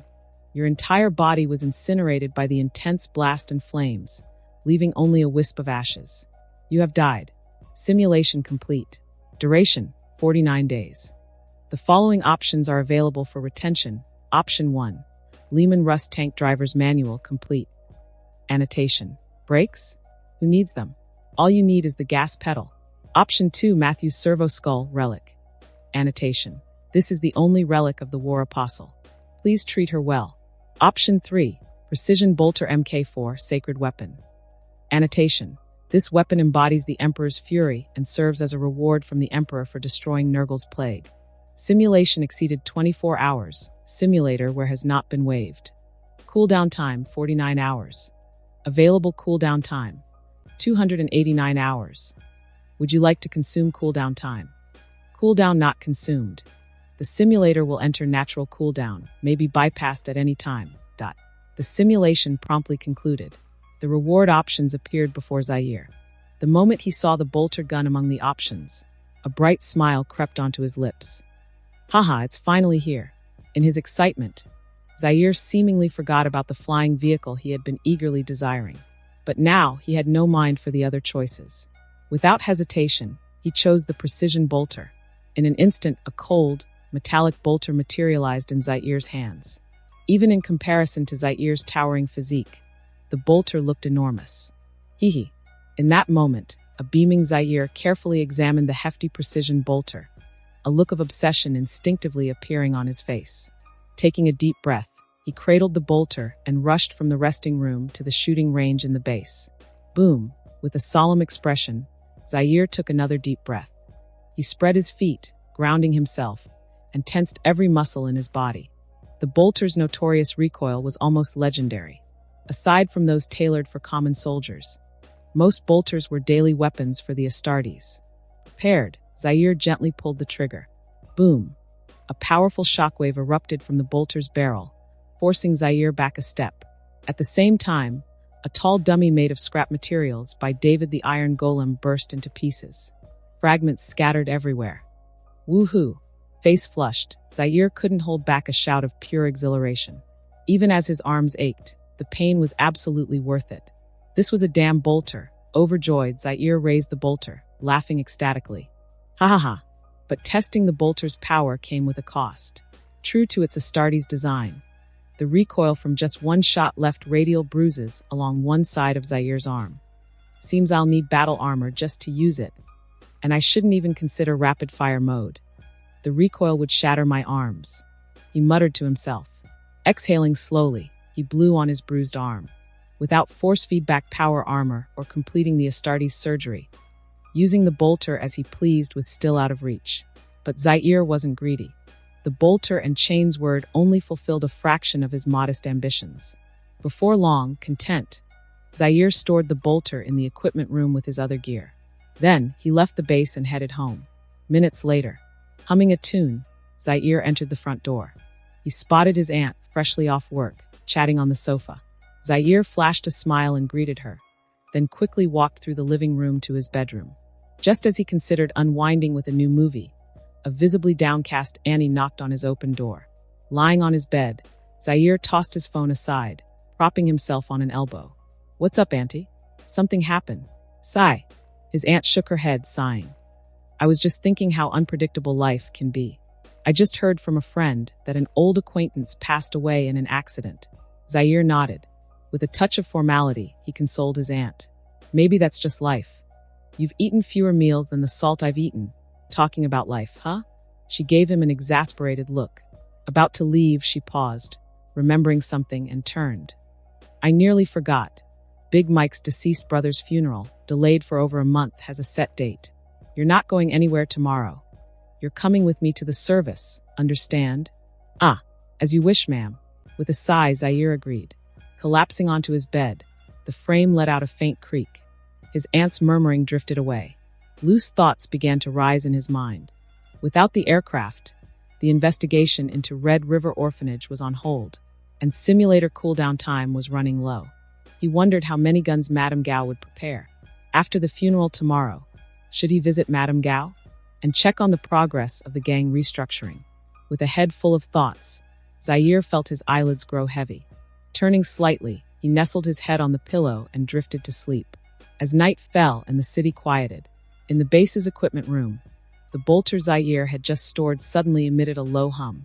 Simultaneously, a thumb-thick wisp of black mist emerged from the bolter's depths. The next morning, warm sunlight slowly filtered across the bedroom floor, dispersing the remnants of a lingering dark mist in the air. The light seemed to pierce an invisible barrier, and the sounds of the bustling city outside gradually reached Zaire's ears. He opened his eyes groggily. Hiss! Still half asleep, Zaire inhaled sharply, furrowing his brow as he raised his hand and pressed his fingers against his temples, trying to ease the sharp pain throbbing deep in his brain. A few moments later, Zaire fully woke up, grimacing. He slowly sat up on the bed, crossing his legs, a puzzled expression on his face as he muttered to himself. "Did I catch a cold? I mean, with my current constitution, shouldn't I be immune to these little ailments?" Sighing in resignation, Zaire leaped out of bed, walked quickly over to his desk, and rummaged through a pile of clutter to find an unexpired bottle of painkillers. Without bothering with water, he dry-chewed and forced the pills down. Minutes later, as the medication took effect, the stabbing pain in Zaire's head gradually subsided, then disappeared completely. Phew! With some relief, Zaire exhaled slowly, a faint smile tugging at his lips. He stretched his body, and after working up a slight sweat along his spine, he turned and left the bedroom. By now, sunlight was streaming through the kitchen's glass and casting onto the living room floor. In the living room, Zaire's aunt, dressed in a black suit, was fussing with her short hair in front of a mirror. Hearing the door, she instinctively lifted her face, covered in a hydrating mask, and frowned as she saw Zaire stretching his neck. Setting the mirror down on her lap and waving a comb in one hand, she raised her voice. "You lazy kid. Look at the time. How can you just be getting up? I was about to call you. Now hurry up and wash up." Hearing his aunt's words, Zaire glanced at the clock in the living room and blinked with mild resignation. "Aunt, it's only 9. Even if I slept in a little longer, we wouldn't be late." But before he could finish his minor complaint, rip, his aunt tore off her face mask, her expression turning serious as she lifted the comb and pointed it at Zaire. "Have you forgotten all the manners I taught you? This is a funeral, and it's your friend Mike's deceased brother's funeral." Uncharacteristically stern, his aunt wasn't letting Zaire off the hook. However, before she could start a full-blown lecture, Zaire, feeling another twinge of pain in his head, quickly raised his hands in mock surrender. "Auntie, I'm sorry. I'll go wash up right now." Zaire hurried into the bathroom, and 5 minutes later, he stood before his aunt looking refreshed, now dressed in black athletic wear. His aunt, maintaining a neutral expression, tossed her comb aside and, squinting, looked him over before rolling her eyes. "I'll overlook the dress code because you've grown so quickly. but I can't even begin to comment on your fashion sense. Fine, let's go then. His aunt swiftly stood up from the couch. Smiling, Zaire bowed slightly, extending his elbow toward her. My dear aunt, after you? Amused, she hooked her arm through his, looked up at him, and warned, I'm telling you, behave yourself at the funeral, got it? Yes, ma'am. Understood. At 2 p.m., in a public cemetery in Harlem, Mike's brother's funeral proceeded as scheduled. Only a few people attended, mostly friends, relatives, and neighbors from the community. Zaire and his aunt stood silently under the shade of a tree. The anguished cries of Mike's mother echoed in Zaire's ears, and he watched as Big Mouth Mike tried to comfort her, barely holding back his own grief. Taking a deep breath, Zaire kept a solemn expression throughout. Before the ceremony, he had learned from Mike that the federal government had pressured the NYPD, FBI, and other agencies to quickly close the case. Both Mike's brother and many other missing children had been given a cold, official conclusion. Any family that accepted the humanitarian compensation automatically waived their right to pursue the truth. With his mother's fragile mental state and the strain of financial hardship, Mike had reluctantly accepted the government's harsh terms. He was just an ordinary man from a broken family, helpless against the federal authorities. Half an hour later, as the Reverend's words concluded, attendees bid each other farewell and dispersed. Zaire and his aunt declined Mike's invitation for a family dinner, unwilling to see him push himself any further. After saying their goodbyes, Zaire silently watched Mike's hunched silhouette as he supported his mother, letting out a soft sigh. Ah! Turning to his aunt, he asked, Auntie, have you ever thought about leaving this place? I mean, this country. Surprised, his aunt raised her head, her red-rimmed eyes staring intently at him. What?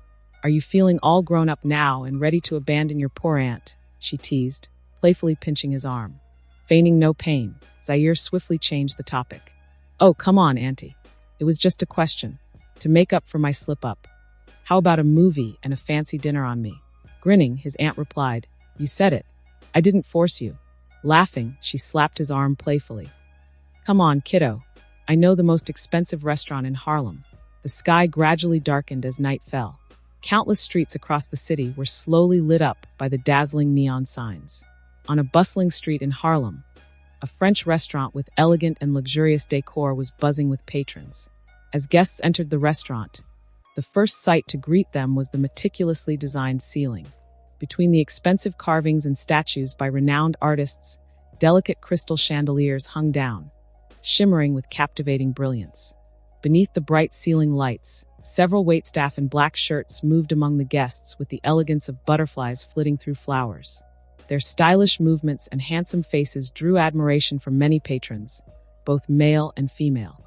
However, at the far edge of the restaurant, away from the lively center, Zaire sat in a chair, arms crossed, watching his aunt devour her meal with ravenous enthusiasm. Taking a deep breath, he looked at her with mild exasperation and spoke gently. Auntie, can you slow down a bit? I'm not worried about the bill. I'm worried you'll choke. Before he finished speaking, Zaire's aunt, who was busy tearing into a lobster, suddenly lifted her rounded chin, looking at him with wide eyes, her face slightly flushed. Barely able to speak with her mouth full, she managed to mutter, Ah, this is your filial duty. I just don't want to waste it. Listening to her offhand response, Zaire couldn't help but lean forward with a bemused smile, his lips parting as if to tease her. But in that instant, a sudden change occurred. In a flash, the restaurant floor trembled violently. Boom! With a thunderous rumble that grew closer. The lights throughout the restaurant suddenly went out, plunging everything into darkness. Then, the chandeliers hanging from the ceiling shook and crashed to the floor in a series of loud shattering sounds. Before the guests in the restaurant could react, Ah! Run! Monster! Shouts erupted on the street outside the restaurant as panicked pedestrians scattered in all directions, fleeing from something beyond comprehension, lost in sheer terror. At that exact moment, as the restaurant lights went out, Zaire leaped up from his seat, his powerful movement sending his chair clattering to the floor behind him. In several strides, he reached his aunt's side, extending his muscular arm to hoist her up. Zaire, you. She began, bewildered, but Zaire faced steely, slung her over his shoulder, his expression icy as the chaos around them grew. He listened carefully to the screams and sounds of crashing from all around, his body instinctively shifting into combat readiness. "David," he commanded, his voice low. "Report the current situation and chart the nearest escape route." "Master, 500 meters down the street. A 3-meter-tall humanoid creature is rampaging, killing indiscriminately and destroying property." The moment Zaire finished speaking, the mechanical voice of David emerged from his pocket. "Escape route calculated. You can cross through the restaurant kitchen, reach a back alley, and locate a nearby sewer entrance. The entrance leads to a newly excavated tunnel, where I'm working nearby. I'll rendezvous with you shortly." With Iron Man calculating their escape, Zaire took a deep breath and sprang into action, carrying his aunt, who had by now sensed the gravity of the situation. He dashed toward the kitchen without hesitation, calling out, "Move! Clear the way!" The dimly lit restaurant offered little visibility, and Zaire barreled through, knocking aside anyone blocking their path.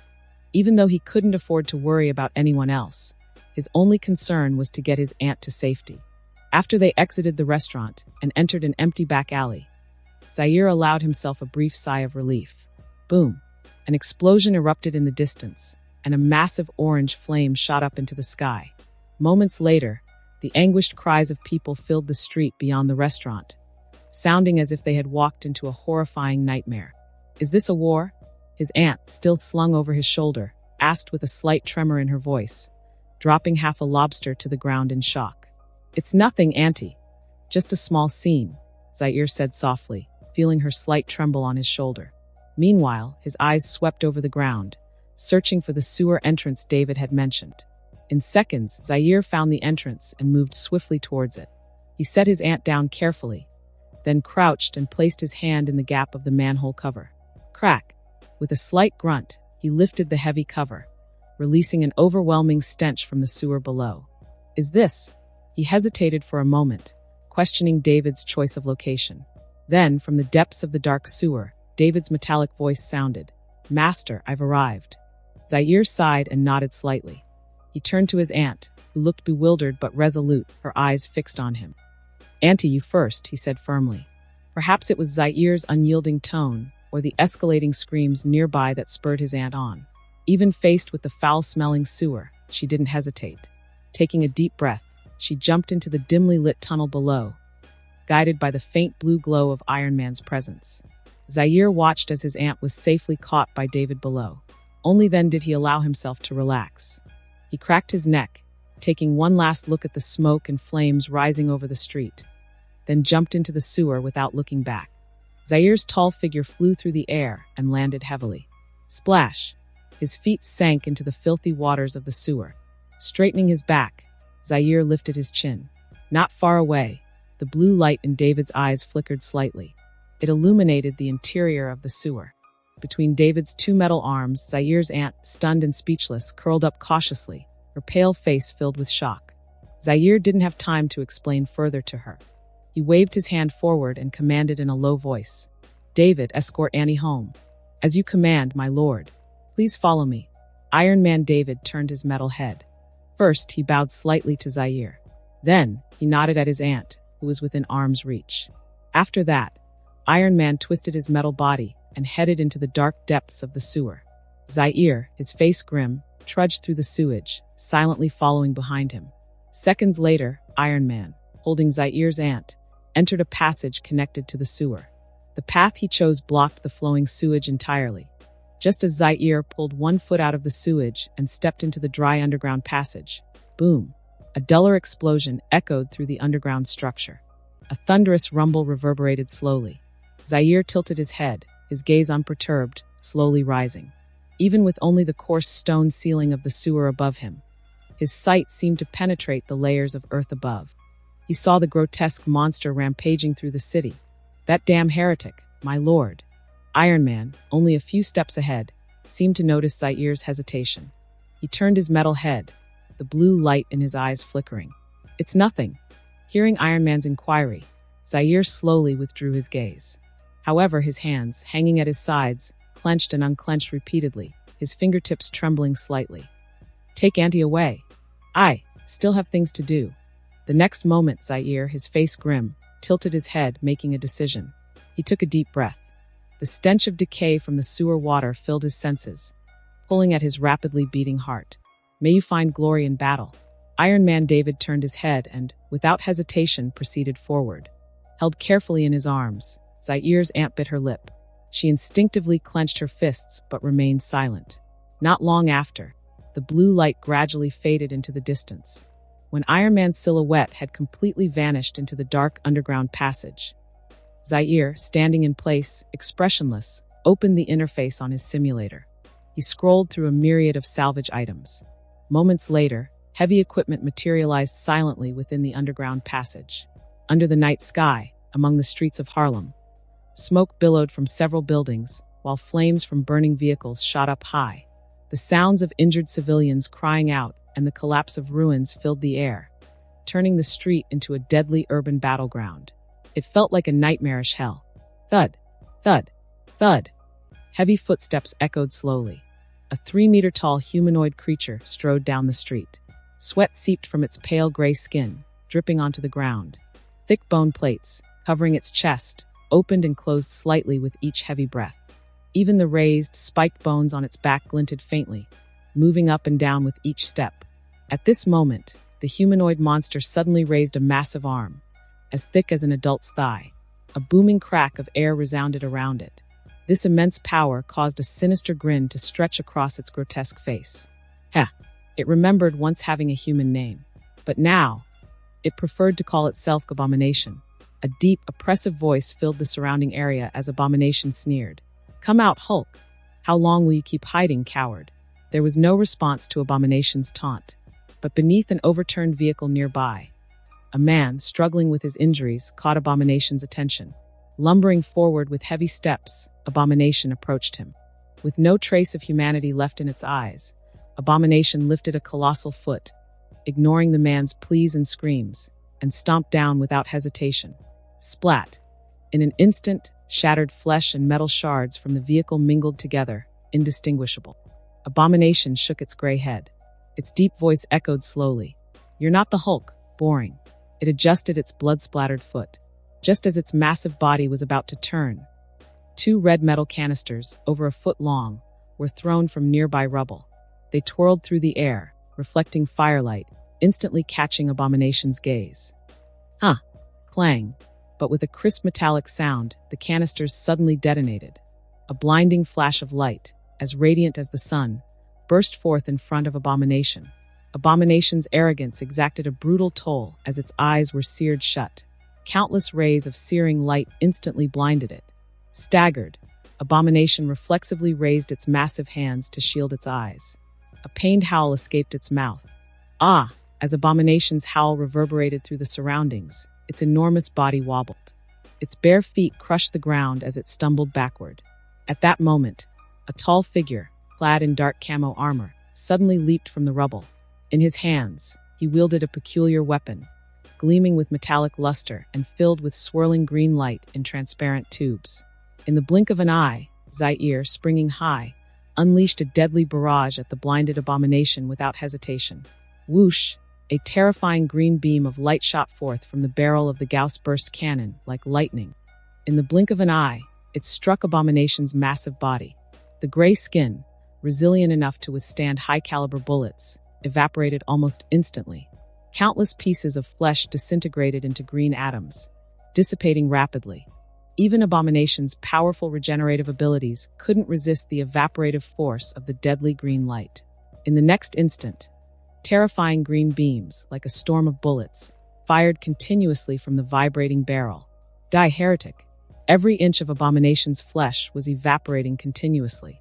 Even the heavy bone plates covering its chest couldn't withstand the dreadful disintegration caused by the green beam. One by one, ribs wrapped in glistening green light crumbled and vanished, fully exposing a massive, violently beating heart. At the same time, its thick legs were struck by multiple green beams, vaporizing the flesh and quickly melting the bones, causing Abomination's massive frame to lose all support in an instant, toppling backward like a decayed tree. Boom! The broken body collapsed heavily to the ground, sending up clouds of dust and scattering green atoms everywhere. At this moment, Abomination's limbs had separated from the shattered body and dissipated completely. Only a pale head, partially connected by a section of neck, and that enormous, still-beating heart in the open air were evidence that it was still alive. In utter horror and confusion, Abomination struggled to scream and question, but below its neck, the spreading green light disintegrated its vocal cords and windpipe, rendering it mute. All that remained was frantic, struggling breaths. In darkness, Abomination twisted its broken body, sensing vibrations on the ground with parts of its skin on its back. It suddenly realized, in despair, that the figure who had so easily destroyed its mighty body was slowly approaching. Squelch! Moments later, an icy, piercing metal blade plunged into the still-beating heart. In the now silent street, Zaire raised his Gauss blaster, withdrew the bayonet from Abomination's heart, and aimed the muzzle once again at the giant, gradually cooling corpse, pulling the trigger. Whoosh! A torrent of terrifying green light engulfed everything in sight, melting even a thick layer of ground beneath it. In an instant, green atoms drifted and ascended, dissolving into the air. Click! Zaire, clad in Kashishin carapace armor, suddenly stopped shooting. He raised his helmeted head, gazing toward the end of the street. A line of tardy police cars and military Humvees arrived. A cold snort escaped from within the helmet. Humph! Zaire then shouldered his Gauss blaster, walking toward the shadows of a nearby building without a backward glance. Not long after, as sweaty policemen and fully armed soldiers cautiously passed through the ravaged street and reached the target location, all they found was a terrifying crater on the ground and a single, massive toe from the humanoid creature that remained. They exchanged bewildered glances, at a complete loss. An hour later, Zaire made his way through winding underground passages, returning to the secret base. He immediately saw Iron Man David awaiting him. He glanced around, but didn't see his aunt. Setting down the Gauss blaster, Zaire removed his helmet and looked at David, asking, "Where's Auntie?" David, seemingly unfazed by Zaire's equipment, turned his metal head, his eye sockets flashing blue light. "My lord, your aunt has gone home to rest. I think she had a lot to process today." Hearing the robot's mechanical voice, Zaire took a deep breath in silence. He walked over to the round table in the hall, casually tossing down his helmet, and then sat on the metal table with a sigh, saying, "I didn't want Annie to know too much. She's just an ordinary person with outdated views. She doesn't need this kind of burden. My lord, if I may interrupt." Before he could finish, David stepped forward, his towering metal frame shifting. His mechanical voice seemed to contain a hint of excitement. "Your aunt is not as fragile as you imagine. In fact, in your absence, she quickly calmed herself and even tried to communicate with me. Although her methods were somewhat clumsy, her respect for me far exceeded that of Miss Jessie's. Forgive my presumption, but this is a fact based on data.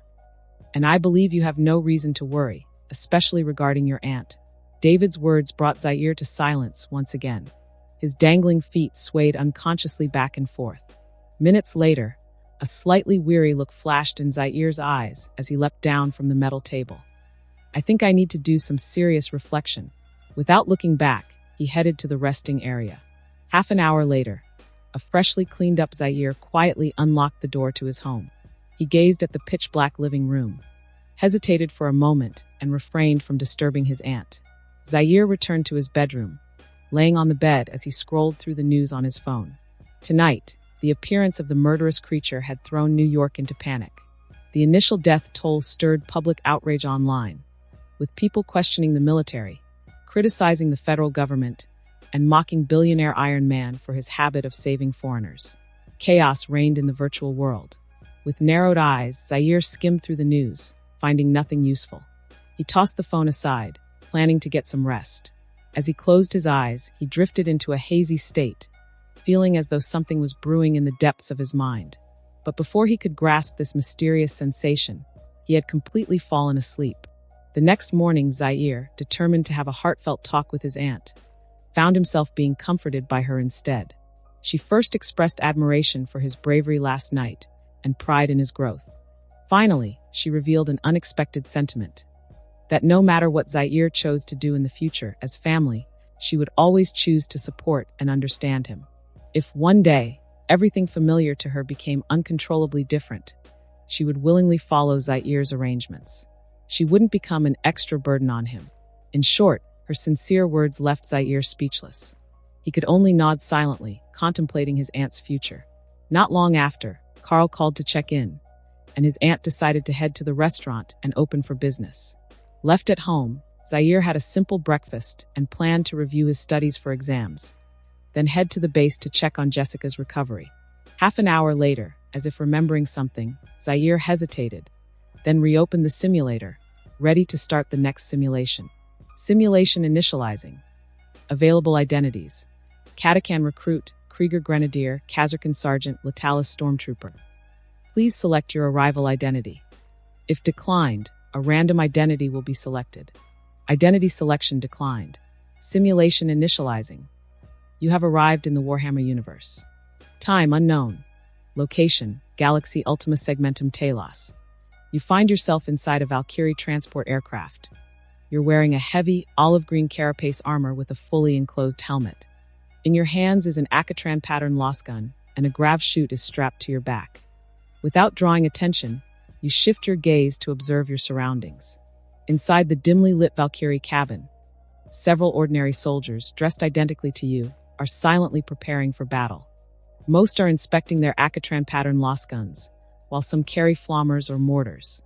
You take a deep breath, adjusting to the faint vibrations running through the cabin. Just as you're about to ask a nearby soldier for information, a middle-aged man, dressed in the uniform of an Imperial officer, stumbles out from the Valkyrie cockpit. A peaked cap shadows his graying hair, and his face is marred with rough creases and scars, as if scorched by lost fire. Most of the Astra Militarum troops. The officer's solemn voice resonates through the cabin, drawing the attention of all soldiers, including you. This isn't a reminder for you meatheads. The officer's scarred face breaks into a wry smile as he scans the soldiers. They'll ride out in Valkyrie transports, calmly adjusting their lost guns, muttering prayers, and descending slowly, undisturbed by anti-air fire, to land on solid ground. But you won't be doing that.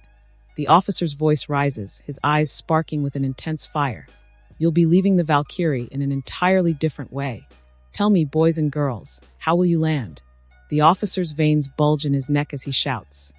The soldiers in the cabin instantly stop what they're doing. They stand up in perfect unison, voices firm, echoing from their enclosed helmets. Reporting, sir.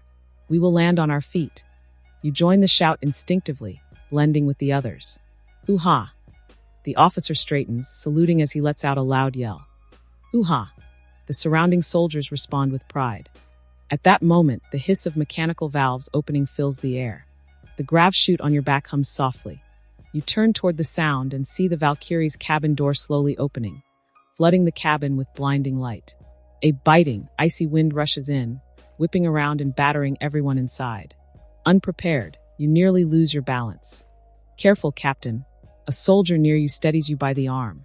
A resolute female voice echoes from her enclosed helmet. You don't have time to thank her. You watch as soldiers, one after another, let out a battle cry and sprint out of the Valkyrie into the open air. Once they leave the cabin and leap into the air, the grav chutes on their backs emit bright, white flames, helping them to swiftly adjust their body positions.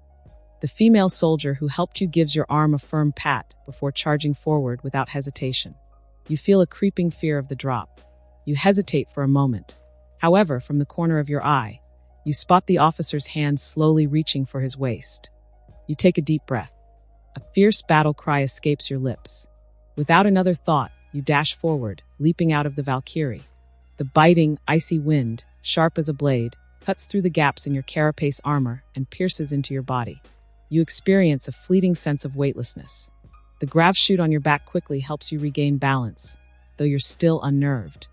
At that moment, under the vast blue sky, one Valkyrie transport after another roars as they pour soldiers from their cabins. You catch sight of a striking insignia on the side of the transport and realize your true unit, the Elysian drop troops. The cold wind saps away your body heat. You grit your teeth against the chill. Your eyes scan the other soldiers around you, watching how they prepare to land.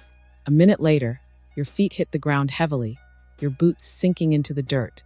A sharp pain radiates through your legs, but the solid ground beneath your feet brings a reassuring sense of stability. I hate drops, you mutter to yourself. One by one, fully armed soldiers land around you, their boots thudding into the soil. They quickly crouch down, scanning the surroundings as they detach their grav chutes. You take a deep breath, fumbling to remove your own grav chute. You glance down, checking your gear and gripping the lost gun in your hands tightly. You realize you've landed in an industrial zone, surrounded by tall structures. Some soldiers have already begun to storm nearby buildings as part of the assault. Red-hot lost fire and blue energy pulses of an unknown enemy flash, igniting the battle. Just as you're about to join the fray. Captain, wrong direction. 9 soldiers, armored and helmeted, gather around you. The female soldier who saved you earlier stops your reckless advance. Repeat the mission objectives. You quickly collect yourself, asking with calm resolve.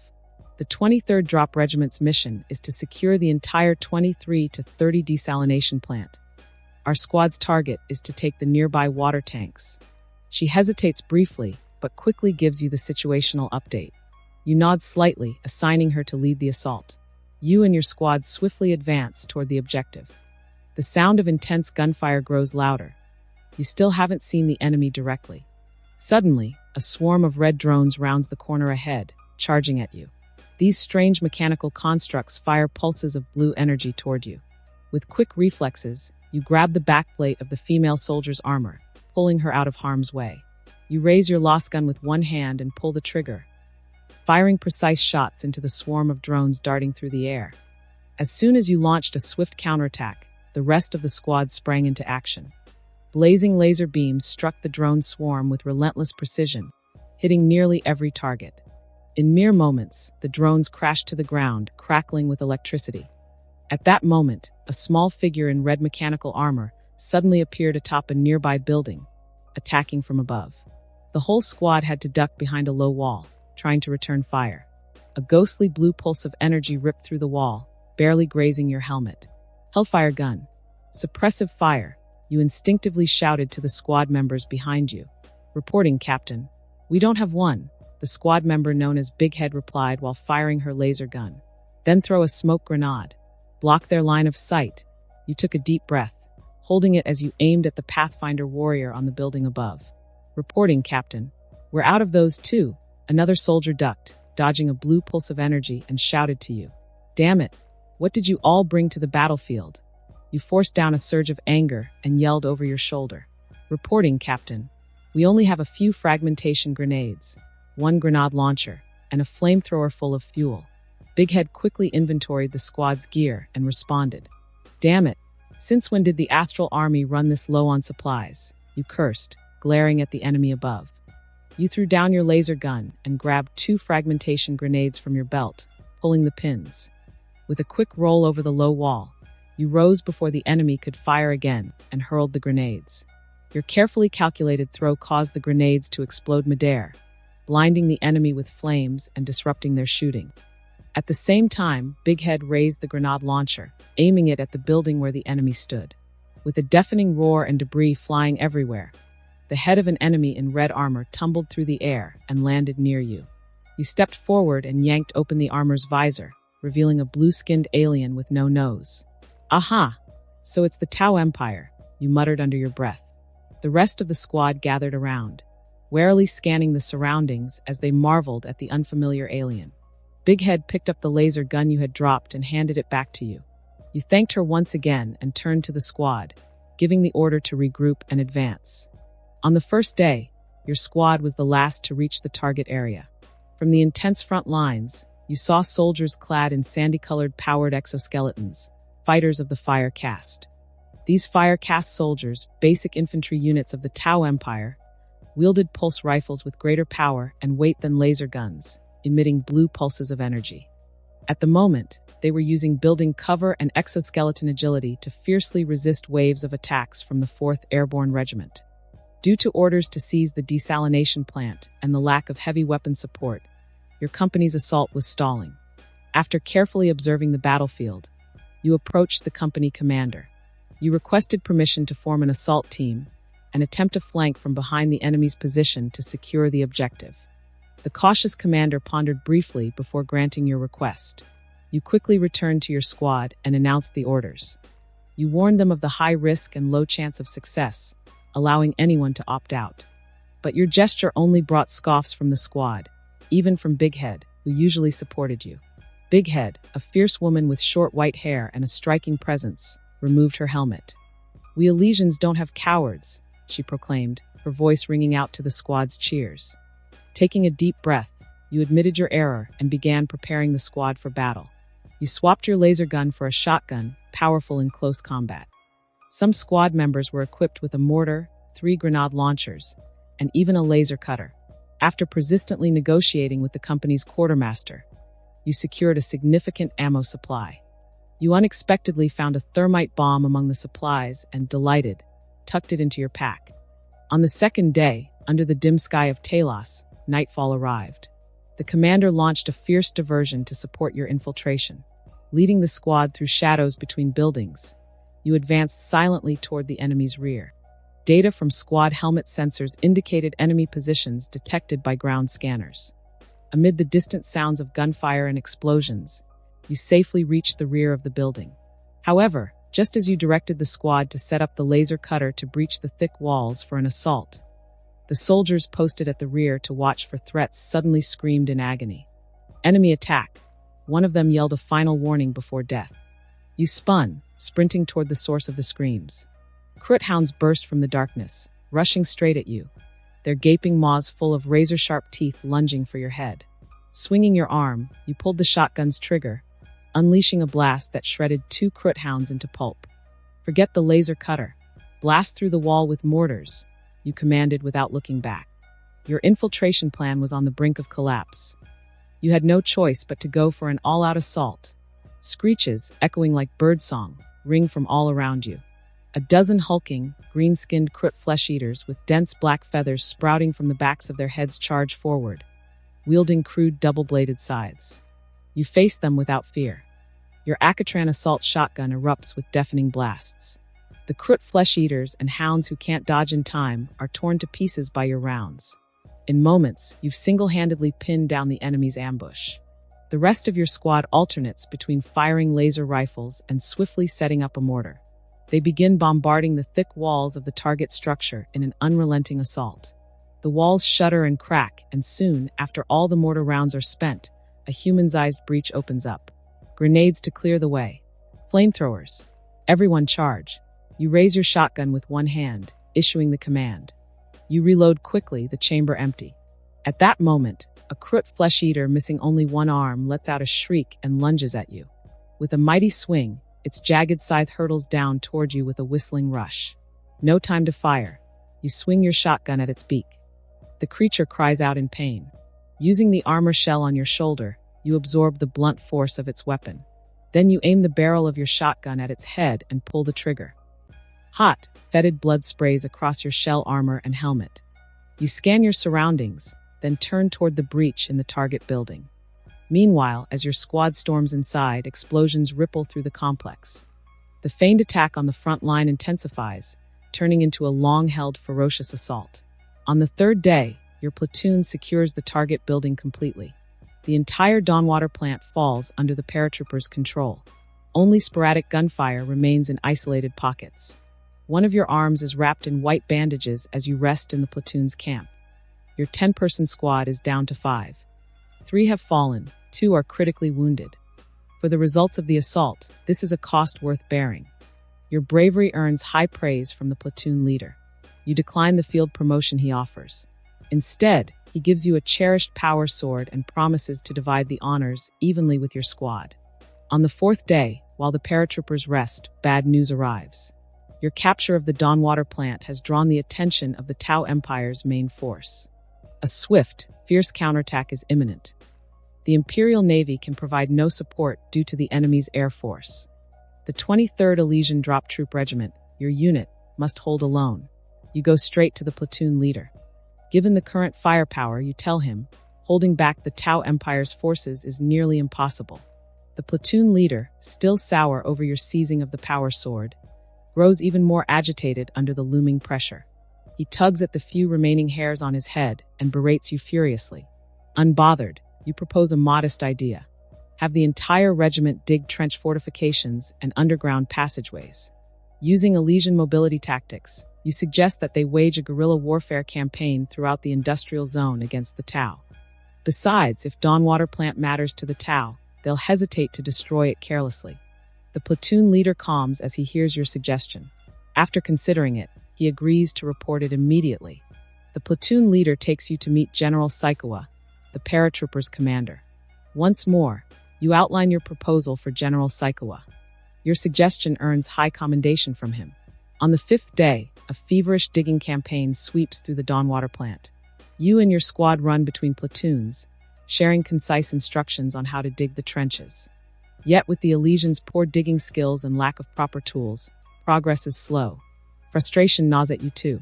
Before long, with help from Big Head, you discover the plant's water pipes. These massive pipes, big enough for a person to crouch through, spark an idea. You order soldiers to dismantle the pipes and bury them underground as tunnels.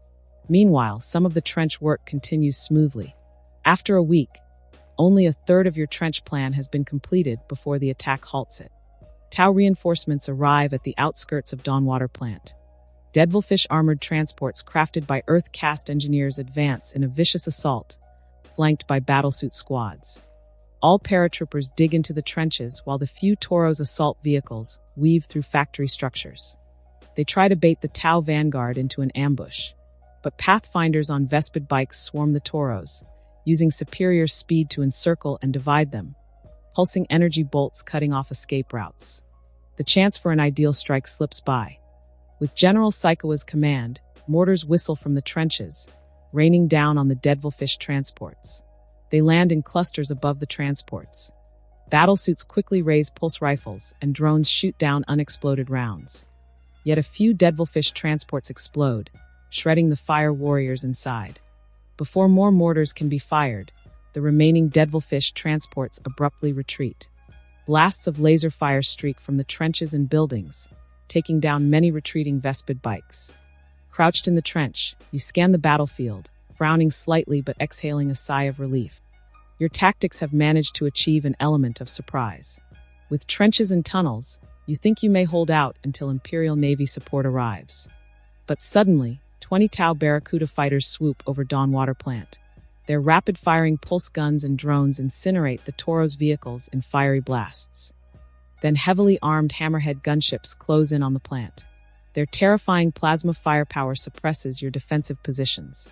For the paratroopers, nearly weaponless against heavy firepower, this is a disaster beyond survival. Week 2. The Airborne Division continued their fierce resistance. Using your trenches and underground tunnels to their fullest advantage, the various platoons managed to barely withstand the relentless bombardment of the Empire. The Empire resorted to deploying more Krut warriors, experts in close-quarters combat, to storm the trenches and even infiltrate the underground tunnels to engage you directly. By now, most of the surface structures of the factory have been reclaimed by squads equipped with battle suits. Your platoon launched several assaults to retake the lost positions, but each attempt failed due to the lack of heavy weaponry. When the platoon commander, who always led from the front, was critically wounded and on the brink of death, you stepped up and followed General Saikawa's orders, temporarily assuming command of the platoon. You ordered your exhausted soldiers to rotate shifts for rest and conserve ammunition as much as possible. Leading a small group of soldiers skilled in melee combat, you began patrolling the underground tunnels, fending off the Krut warriors' unending attacks. Week 3. With a blank expression, you swung your power sword, shattering the crude weapon of an enemy and easily severing their head. The foul stench of blood splattered across your nearly shattered armor. With your helmet lost in the previous battle, you wiped the blood off your face with a casual swipe of your hand and let out a heavy breath. Recently, the Tau Empire seemed to have reduced the intensity of their assaults on the underground tunnels. Cut off and surrounded, your unit has lost contact with the other platoons. Now, your platoon has been reduced to just over 50 soldiers, heavily depleted. While you manage to conserve some ammunition, all food supplies have been exhausted. Everyone can only stave off hunger by drinking water. Catching your breath, you glanced at the alien corpse beneath your feet before retreating quickly to the rear.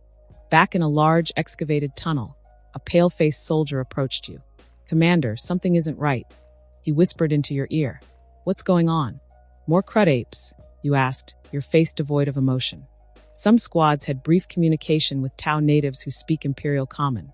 "General Saikawa has been captured, and the other platoons have surrendered," the soldier said, his expression hesitant, biting his lip. You took a deep breath and fell silent. After a moment of thought, You instructed the soldier to gather the entire platoon. Before long, the remaining soldiers assembled before you. Scanning their pale, familiar faces, worn thin by hunger, you asked, "Where's that big head?" "Commander, just sacrificed herself," said a soldier with a missing arm, holding up his stump as tears glistened in his eyes. You let out a sigh, dropping the power sword in your hand. "You already know the situation better than I do." You began, your voice low after a moment of silence. "So, I won't stop anyone from surrendering. Based on what I know of the Tao, they would welcome you into the faith. You might even gain more than the human empire ever offered: better food, a better way of life. But you will come to disdain, even hate, everything about the human empire. That's the price you might pay to survive. Anyone choosing to leave your weapons and ammunition for your comrades. For those staying, don't act rashly. This is their personal decision." Picking up the discarded power sword, you turned and walked out of the tunnel without looking back. Behind you, the soldiers exchanged silent glances, an uneasy tension filling the air. In the end, 35 soldiers chose to stay. You ordered the remaining troops to organize the remaining equipment and prepare for the final battle. Week 4. Leading your malnourished soldiers, you charged out of the underground tunnels. Just as you braced for the enemy's powerful firepower, a large swarm of mechanized drones arrived. Scanning the surroundings, you noticed no signs of titanium forces. Raising your hand, you signaled your soldiers to lower their guns. Brave warriors of the human empire, lay down your arms. There's no need for a suicidal battle. Even your general has surrendered to the glorious empire. Came a peculiar voice speaking Imperial Common. The drones projected countless ghostly blue beams of light, forming a towering holographic figure clad in ornate robes, a member of the ruling Tau Ether caste. Facing the hologram, you remained expressionless as it continued. "If you surrender and join us, embracing the teachings of Shangshangdio, you will receive the boundless goodwill of the Titanium Empire. Together, our many races can strive for the future of the universe." The ether raised its scepter, attempting to erode your will and compel your submission. Before it could continue, you raised your power sword, cutting off its performance. Have you ever encountered the space Necrons? Been devoured by the Great Devourer? Faced the unruly orcs with their barbaric cries? You leveled the blade at the hologram's head. You don't even understand the true nature of the warp. A mocking smile played at the corner of your lips. In this cold, dark universe, weakness and ignorance aren't the greatest threats to survival. Arrogance is. The ether's hologram flickered, visibly unsettled, before abruptly vanishing. The swarm of drones, however, did not attack. Instead, they retreated rapidly. As your soldiers exchanged confused looks, a faint chuckle escaped you, sparking muted laughter among them. But then, on the horizon miles away, missiles launched into the sky, streaking toward your position. Watching their descent, you let out a resigned sigh. Standing tall and solemn, you saluted your soldiers. "Comrades, see you in the next life." Your body was engulfed and consumed by a terrifying surge of energy, leaving you once again reduced to a charred, blackened husk. You are dead. Simulation ended. Duration, 28 days. Rewards available for selection: 1. Ingeldina class power sword relic. Note: I am wrath, I am steel, I am the mercy of angels. 2. Combat experience of Elysian Airborne Corps Captain. 1 month. Note: drop, attack, and then get surrounded. We're all little Astartes. 3. Voss-class Valkyrie armed transport aircraft from the Airborne Corps Common. Note: behold, the descent of the Valkyrie. Note: friendly reminder. Its size and weight far exceed your expectations. Simulation duration exceeded 24 hours. Simulator wear and tear has not been exempted. Cooldown 28 hours. Current available cooldown time 289 hours. Would you like to use cooldown time? Cooldown time not consumed. The simulator will naturally cool down. Can be overridden at any time. The simulation had just concluded. Zaire glanced at the text displayed on the simulator screen. He leapt up from his desk, clenched his fists in excitement, and let out a triumphant shout. An aircraft, it's finally here. This was the first time in all his simulations that he had obtained a large-scale vehicle from the human empire. Ecstatic, Zaire dashed out of his bedroom, heading straight for the underground base. When he arrived at the base hall, it was completely empty except for the lights. He scanned the area, finding no trace of the Iron Man. Once again, Zaire reviewed the options displayed on the simulator. His gaze lingered wistfully on the power sword and combat experience before moving on. Without hesitation, he chose the third reward. In the next moment, before Zaire's eyes, a Voss-class Valkyrie-armed transport aircraft, painted in desert camouflage, materialized. Zaire broke into a wide grin. He began circling the massive vehicle, examining it closely. By rough estimation, the transport aircraft stood around 5 meters tall. Its body alone measured an impressive 19 meters in length.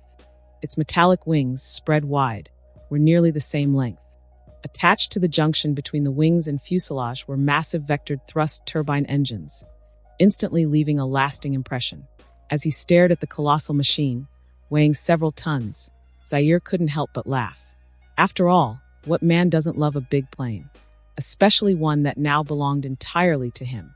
Zaire quickly moved to the rear of the aircraft. Carefully, he explored the controls until he finally activated the rear hatch. With the sound of mechanical locks disengaging, the spacious interior of the aircraft revealed itself to Zaire.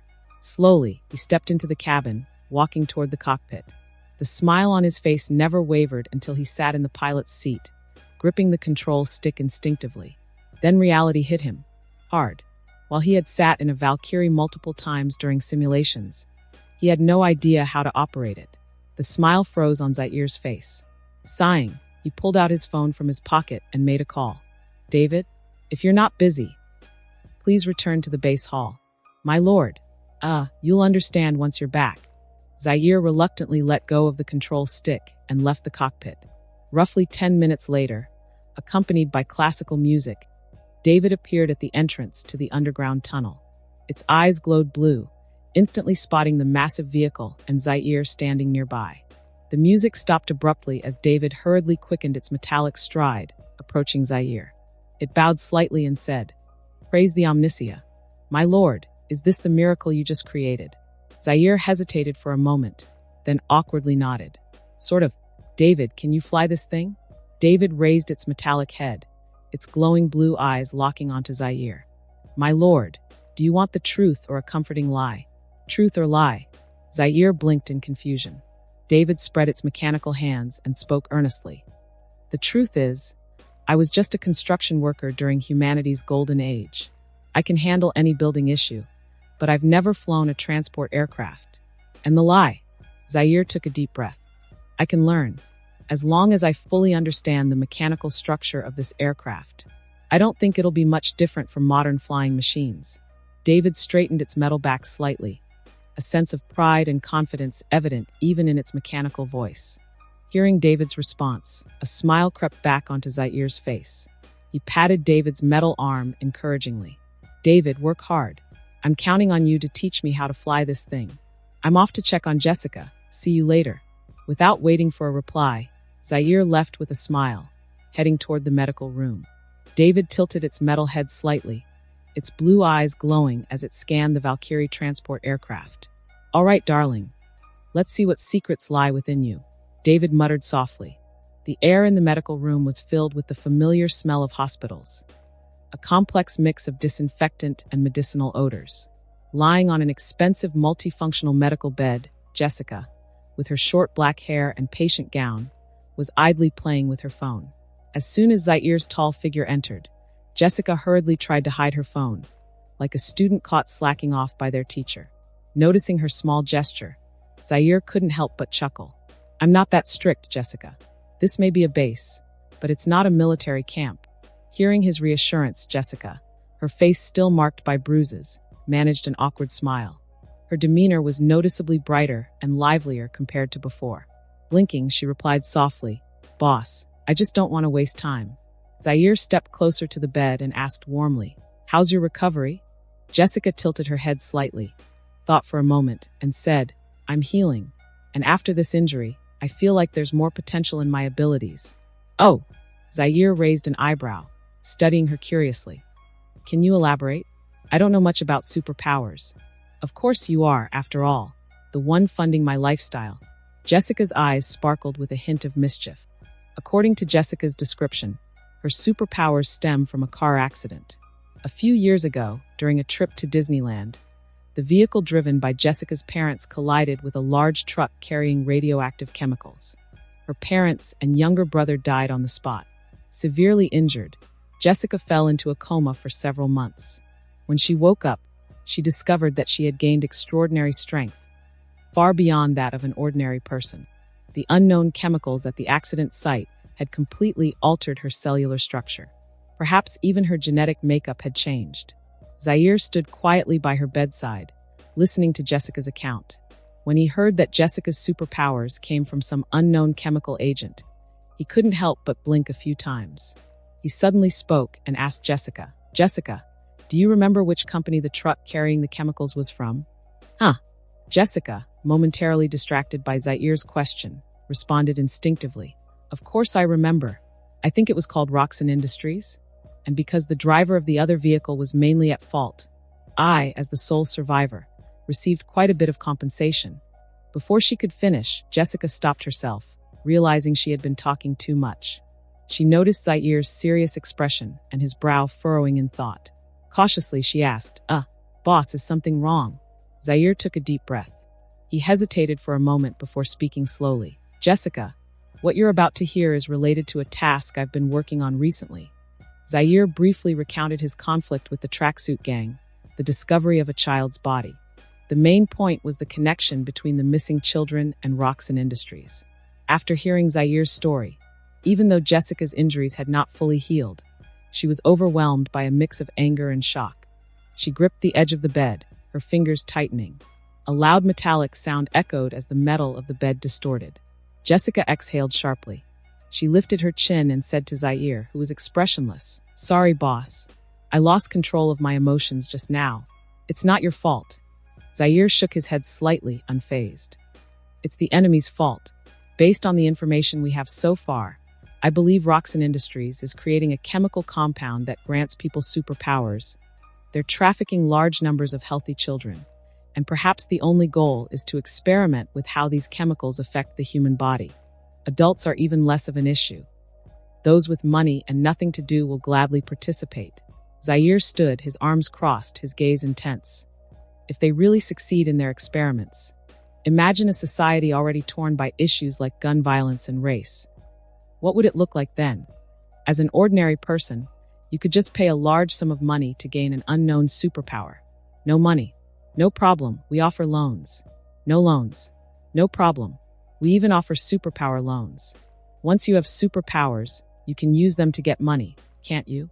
Zaire let out a cold laugh as he spoke. Of course, this is just my own theory. I suspect Roxxon Industries' goals go beyond just this." The atmosphere in the medical room became heavier. Jessica, who had been silent, was about to get up from the bed, but Zaire shook his head slightly, stopping her. He spoke slowly. "Jessica, your training isn't finished yet. I don't deny your mindset and will, but this is a war, not just a street fight. You haven't experienced the kind of terrifying situations that require more than just being cannon fodder to take part. Besides, I expect more from you than that." Zaire's harsh words brought Jessica back to her senses. She took a deep breath, lifted her chin, and said to Zaire, "I promise I'll recover quickly and join the training. Then good luck, Jessica. Tougher battles await you in the future." Zaire smiled faintly and encouraged her before turning and leaving the medical room. The room was left with only Jessica, her face serious. She slowly sat up, raising her hand in front of her.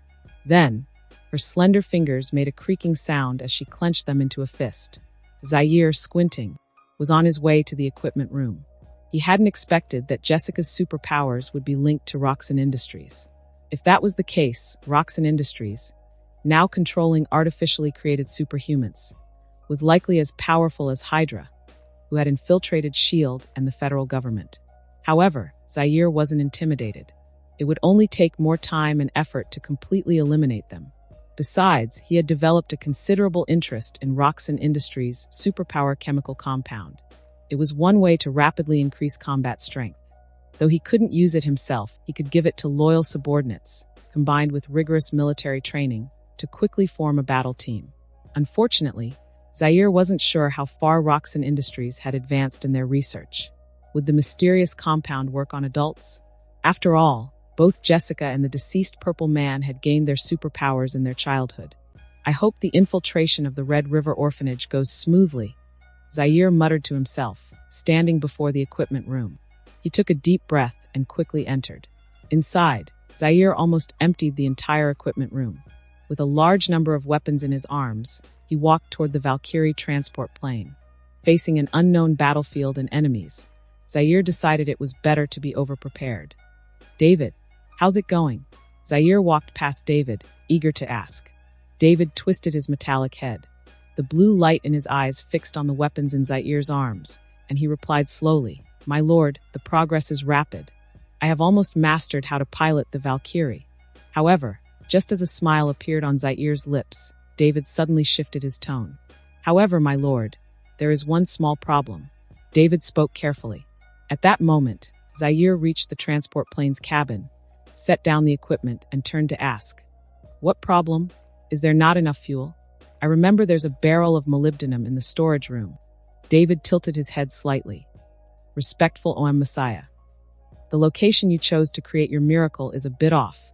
The underground passages connected to the base hall have not been modified at all. So, we can't fly out yet." Gao Family Trading Company, the tall and imposing Zaire sat in a mahogany chair. He held a cup of hot tea in his palm, slowly sipping it. Due to construction issues at the base, his mission had been delayed by several days. David had assured him that within 3 days, he could expand an underground passage large enough to accommodate the Valkyrie. So Zaire had no choice but to wait patiently. At the same time, he decided to inspect Madame Gao's situation. Creak. With the sound of a creaking door turning, the tightly closed wooden door slowly opened. A white-haired Madame Gao walked in with a neutral expression on her face. She quickly walked up to Zaire, who was sitting in the chair, and knelt before him. "Master." Calmly, Zaire placed his teacup down. His gaze swept over Madame Gao, and with a helpless expression he said, "No need to kneel every time we meet. Report on the current situation." "Yes, master." Madame Gao slowly stood up. She straightened her back and respectfully addressed Zaire. "At present, the majority of the gangs in New York have submitted. Through your envoy, all criminals who have blood on their hands have been secretly executed. Human trafficking and most criminal activities, including drugs, have been abandoned. Master, you will lose more than 60% of your annual income, with the remaining portion coming from legitimate industries." Upon hearing Madame Gao's brief description, Zaire nodded slightly. David seemed to understand his preferences very well, having made such a drastic arrangement. However, it also aligned with Zaire's mindset. If the gangs he had subdued didn't change their ways, then why bother with eliminating Kingpin? "I remember some gangs specialize in smuggling luxury goods, right? Don't stop the smuggling routes for luxury goods and firearms. After all, there are people willing to consume them, and this income is free money. Plus, expanding into legitimate industries requires someone skilled to oversee it. Forget it. Let David scout out talent." Zaire pondered for a moment before speaking to Madame Gao. "Also, for the other gangs smuggling drugs, we can use the excuse of annexation to strike back, making war fund more war while training new personnel." Before he finished speaking, the expressionless Madame Gao suddenly bowed slightly and said, "Master, in fact, we are currently at war with the Hand. However, since the battles mostly occur in hidden places and only the elite of the gangs are involved, it has never attracted official attention. The Hand." Zaire raised his chin slightly, frowning. "Those ninjas? I think I killed one of their ninja leaders before." Madame Gao, expressionless, stood still and spoke in a deep voice. "Master, that was Ninja Head Murakami, one of the 5 fingers of the Hand. Aside from me, there are still 3 other fingers. Because the war I launched against Kingpin disrupted their plan to excavate dragon bones, they launched a retaliatory action." "Dragon bones?" Zaire sharply caught the unfamiliar term. He couldn't help but narrow his eyes. At this moment, Madame Gao raised a delicate hand and gently stroked her smooth face. She showed Zaire a slight gesture, saying, "Dragon bones are the remains of a mysterious ancient creature left behind after its death. By performing certain rituals, consuming dragon bones grants the power of immortality. Master, I am over 100 years old and still preserve my youth." Zaire took a careful look at Madame Gao, especially noting the stark contrast between her white hair and youthful body. However, Zaire's face showed little excitement. He inhaled deeply and asked calmly, "What are the side effects?" Like drugs. Every year, or sometimes even sooner, one must consume dragon bones again, or the time lost will return in full. According to past experience, those who fail to take dragon bones on time will instantly age and decay. Without hesitation, Madame Gao revealed her deepest secret to Zaire. Ha! A cold smile suddenly appeared on Zaire's face as he narrowed his eyes. After a brief moment of thought, he gave the command.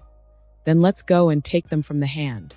Even if we don't use it in the future, we can't let them have it. Yes, master. What are your plans next? Do you need to inspect the men fighting against the hand, or head to the warehouse? The firearms you requested have already been stored there. Madame Gao gave a slight bow, a strand of white hair falling from her head. Zaire took a deep breath. He slowly rose from the mahogany chair.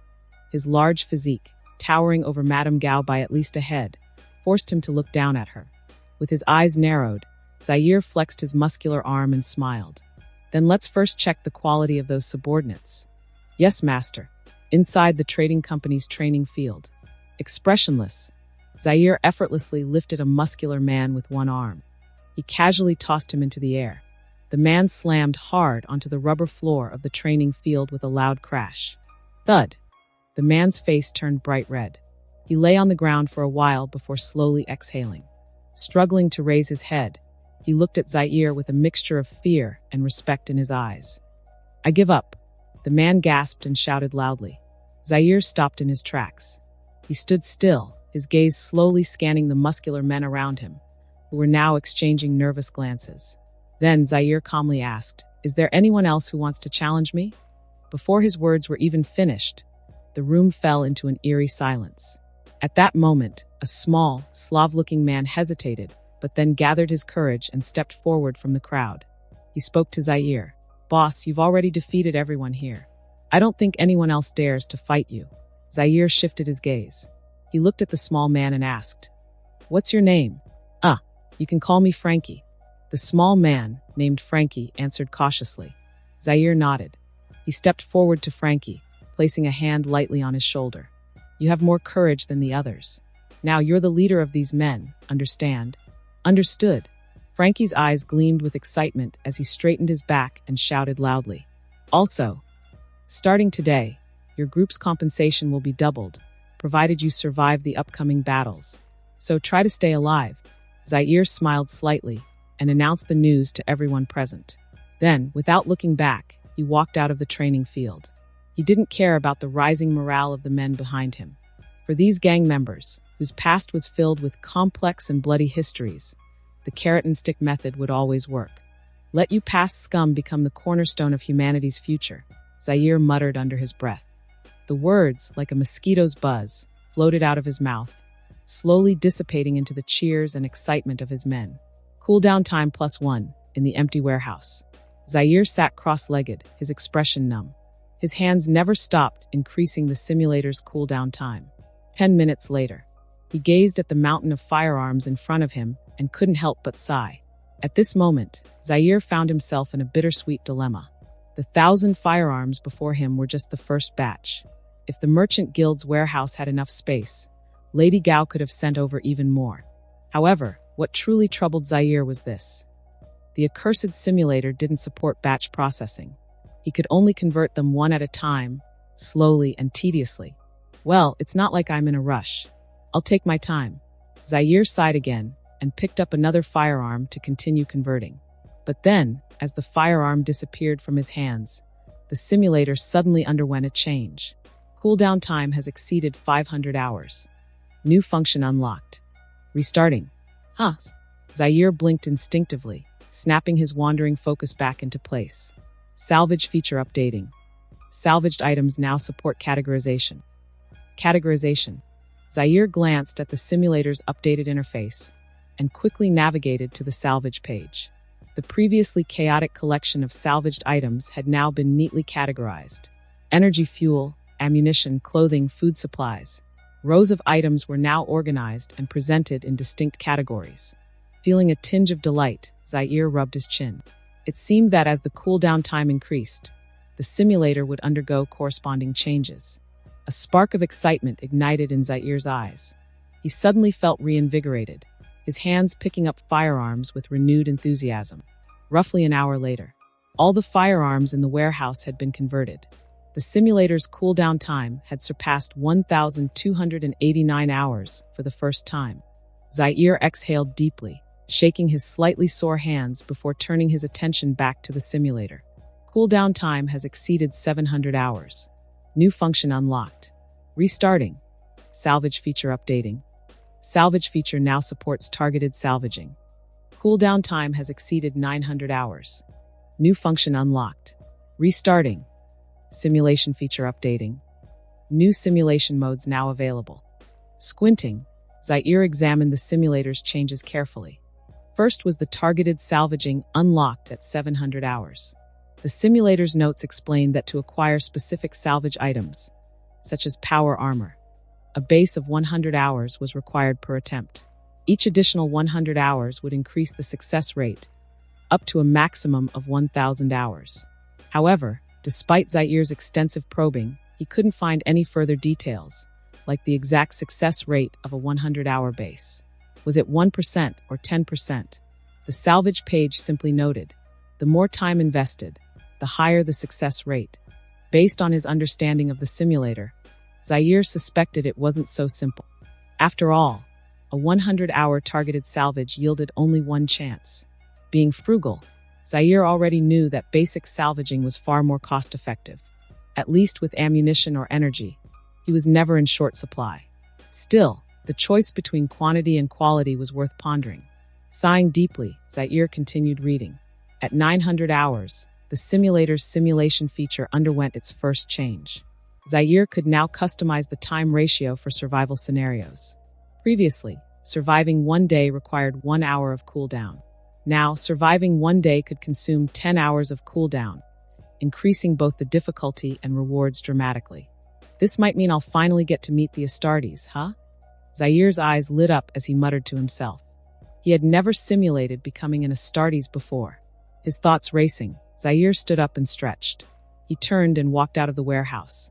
3 days later, pre-dawn hours in an old warehouse on Manhattan's East Riverbank. A Valkyrie armed transport painted in desert camouflage slowly emerged from a hidden underground hangar. The roar of its massive engines reverberated through the cavernous space, drowning out the quiet hum of machinery. Inside the cockpit, soft classical music played, adding an incongruous serenity to the scene. David, seated at the controls, hummed along lightly as he expertly guided the colossal machine upward. The Valkyrie descended smoothly onto a nearby clearing. The classical music abruptly stopped as David turned toward Zaire, who stood behind him. "My lord," David began, his tone calm and precise, "all nearby warehouses are under your name now. Departing from here will not attract any unwanted attention. Their tendrils are well within my control." Zaire gave a satisfied smile and a thumbs up. "Excellent work, David. Truly remarkable. Excavating such a massive underground tunnel in just 3 days. Beyond my imagination." David's blue eyes flickered briefly in acknowledgement. "Your praise humbles me, my lord. As your servant, this is simply my duty." Zaire, still smiling, shifted his gaze toward the dark night outside the cockpit. After a pause, he spoke. "David, is the Valkyrie fueled and ready?" David straightened slightly at the controls. "Of course, my lord. Are you planning?" Zaire cracked his neck and leaned forward, his grin widening. "Why wait? The tunnel is done, the gear is ready.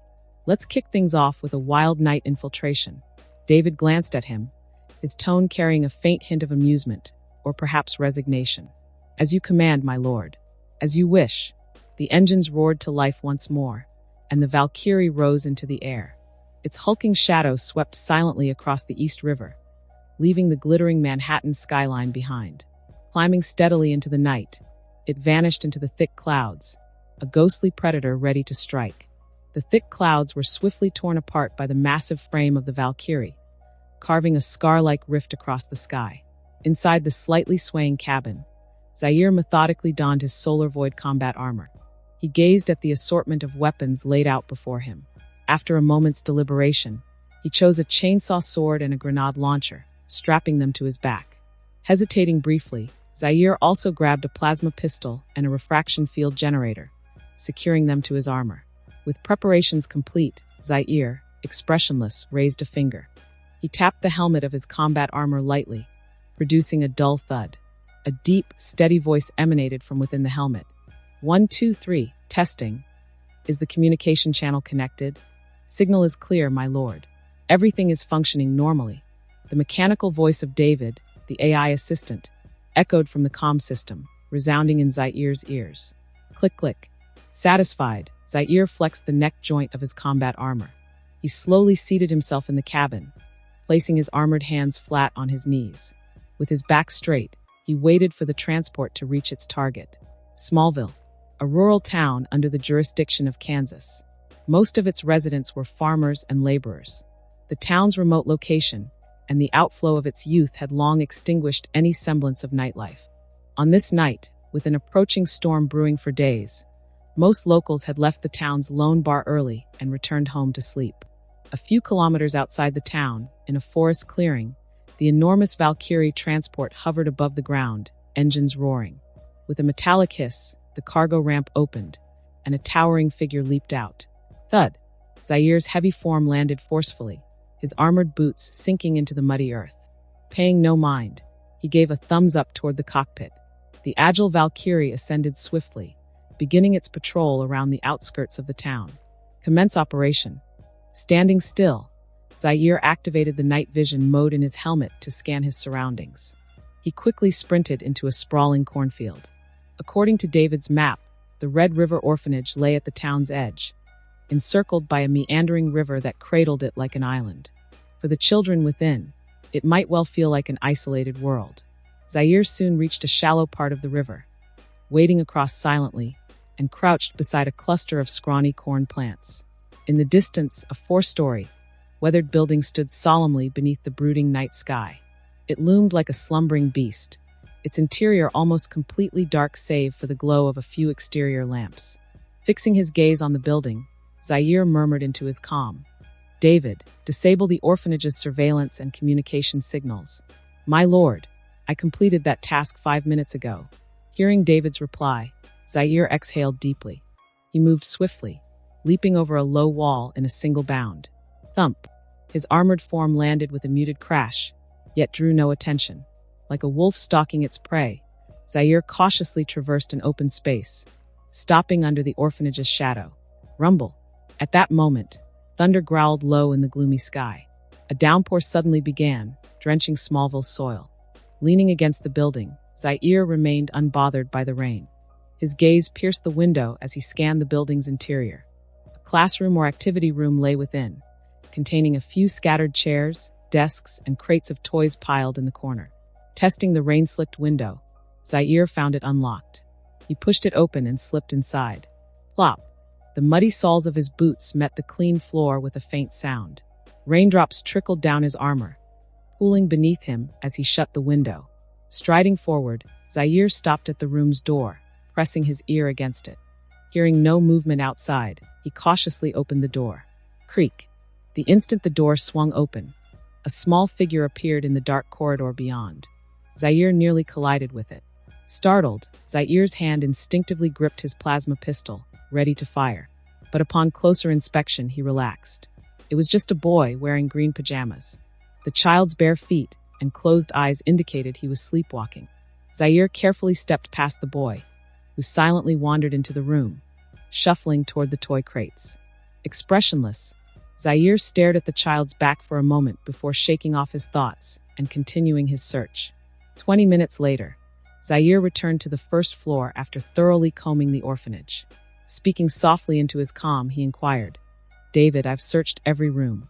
Aside from sleeping children and their caretakers, there's nothing here. Are you sure this is the right place? One moment. My lord, I'm detecting persistent electromagnetic signals from the first floor restroom.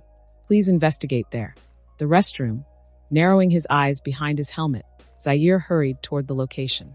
The rain outside intensified, its relentless patter masking the faint sounds of his armored movements.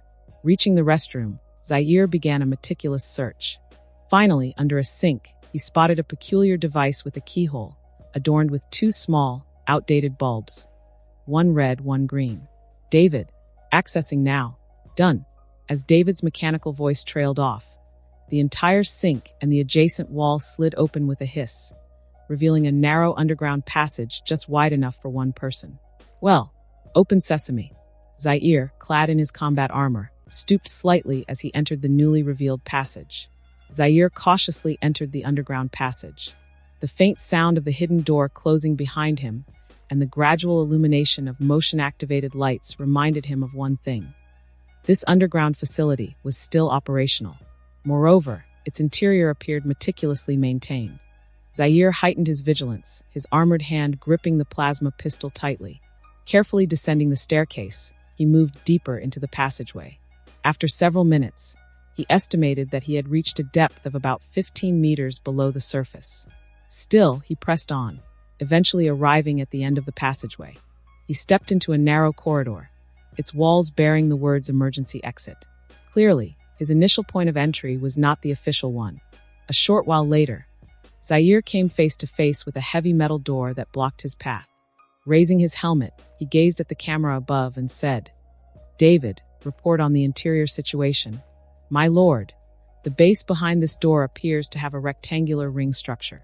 The outer area is divided into individual rooms, many containing medical equipment. At the center is a sealed laboratory. However, as there are no cameras inside, I cannot confirm its details. The only thing certain is the personnel count. 31 individuals in total, 25 guards and 6 medical staff. Only this few. Perhaps it's just an abandoned lab." Taking a deep breath, Zaire addressed the Iron Man through his comms. "Never mind. Open the door. We'll figure it out once we're inside." But David's mechanical voice came through once more, filled with an almost comical resignation. "My lord, this metal door can only be opened manually. The handle is located inside the base." "Fine. I'll do it myself." Zaire, clad in his combat armor, stepped back several meters. He activated the refractor field generator. Reaching behind, he drew his chain's word. With everything prepared, Zaire leveled his plasma pistol and pulled the trigger. Boom, boom, boom. Basketball-sized balls of searing plasma shot out one after another, slamming into the thick metal door. In the blink of an eye, brilliant plasma detonated, melting through everything in its path. BZZT. As the door crumbled, an alarm blared loudly for a moment before cutting off abruptly. Even so, the brief signal was enough to alert the guards inside. One by one, burly guards armed with firearms rushed out of their rooms. "What's going on?" "Emergency exit." Exchanging quick words, they began running toward the commotion. "Level 2 alert. There's an intruder." The squad leader shouted orders as he led the charge. But in the very next moment, the sound of heavy footsteps echoed ominously.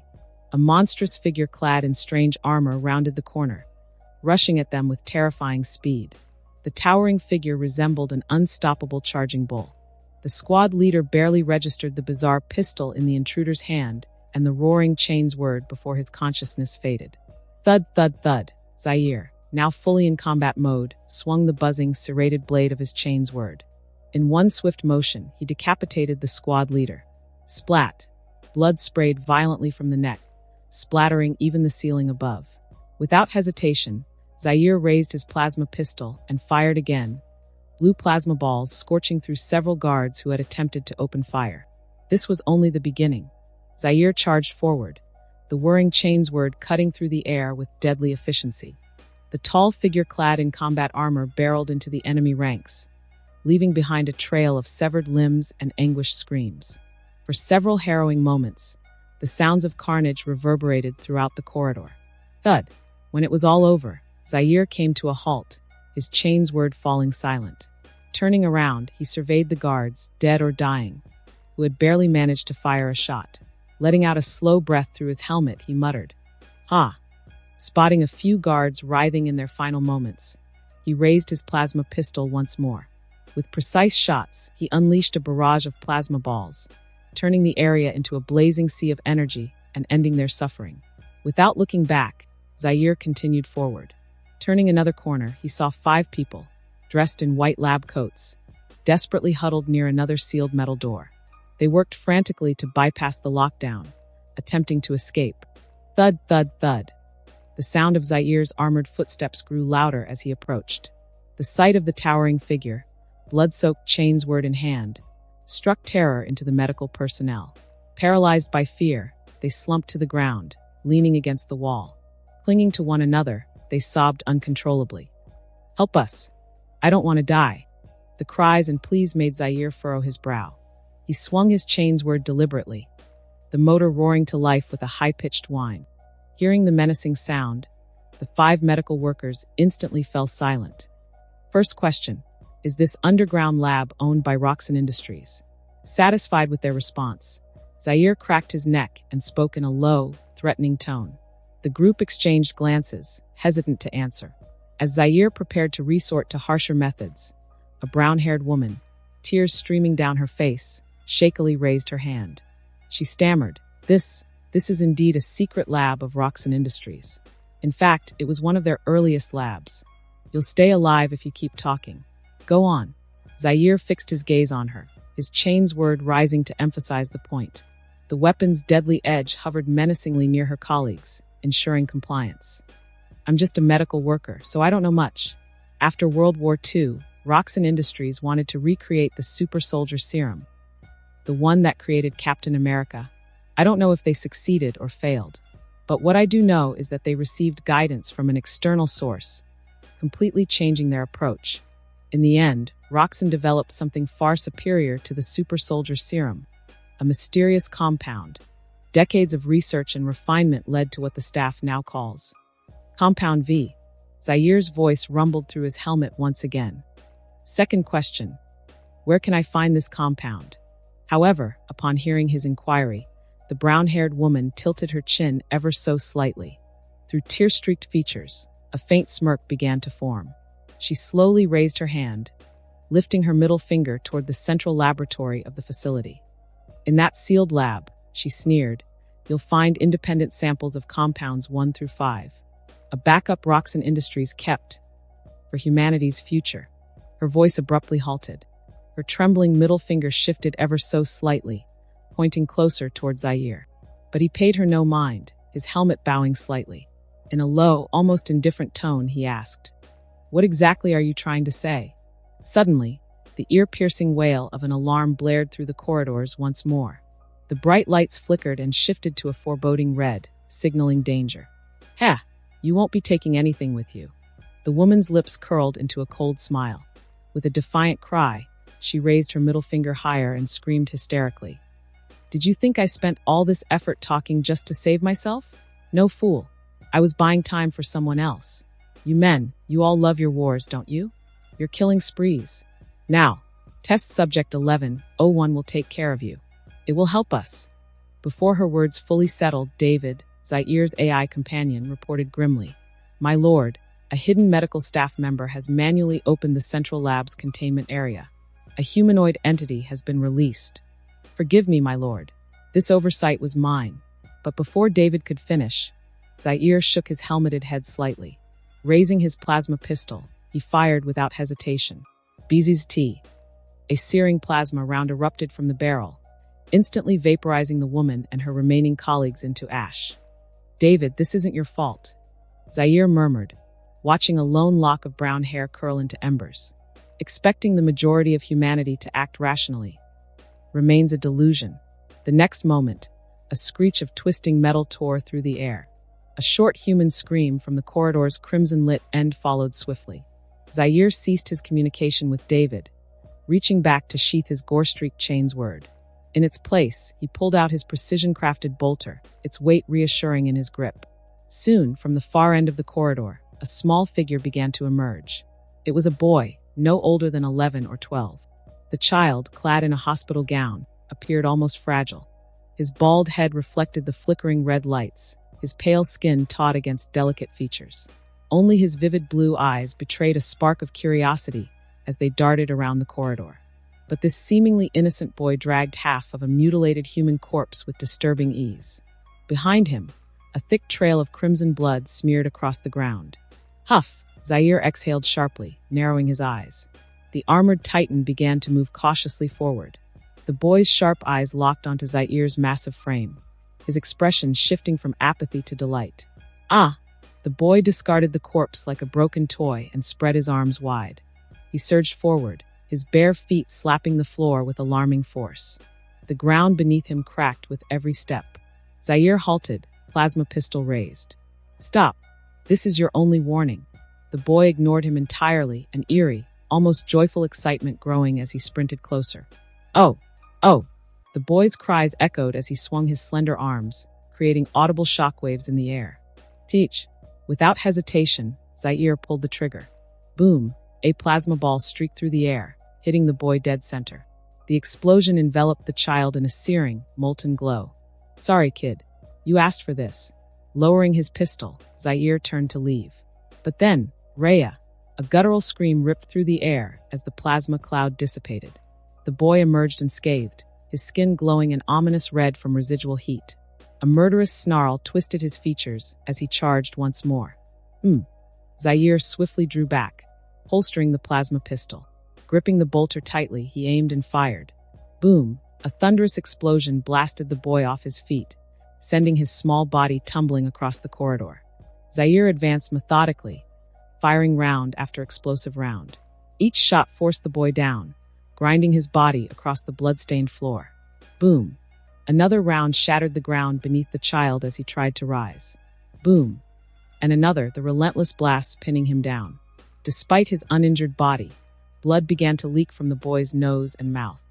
When Zaire finally stood over him, the boy glared defiantly, his movements reduced to feeble thrashing. "Don't blame me, kid," Zaire whispered, staring into the boy's wild blue eyes. "This is for your own good." Lowering the bolter to the boy's head, Zaire squeezed the trigger. Boom, boom, boom. The corridor remained bathed in red light, the bolter's deafening roar punctuating the silence. 1 minute later, the deafening roar vanished entirely from the hallway. Standing motionless, Zaire gazed at the exploded head of the young boy and the cratered walls around him. Wordlessly, he slung the empty grenade launcher back onto his shoulder. The next moment, his arms, hanging at his sides, began to tremble slightly. It was the aftermath of the weapon's terrifying recoil. Hiss! Zaire twisted his neck and took a deep breath, sharp and heavy. He struggled to adapt to the searing pain radiating through his arms and every fiber of his body. Then, his steps unsteady, Zaire staggered past the cooling corpse of Experiment 1101, heading toward the corridor's flickering red lights. Before long, Zaire stepped through a twisted, distorted metal hatch and entered the central laboratory of the base. Inside was a fully transparent observation room. Its sole furnishings were a metal bed frame and a thin blanket.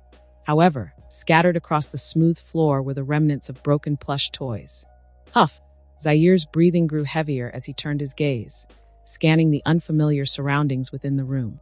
But when his eyes swept across a corner of the room and landed on two crude humanoid shapes awkwardly assembled from the stuffing of plush toys, he froze. In an instant, his erratic breathing betrayed the rising, uncontrollable pain tearing through his body.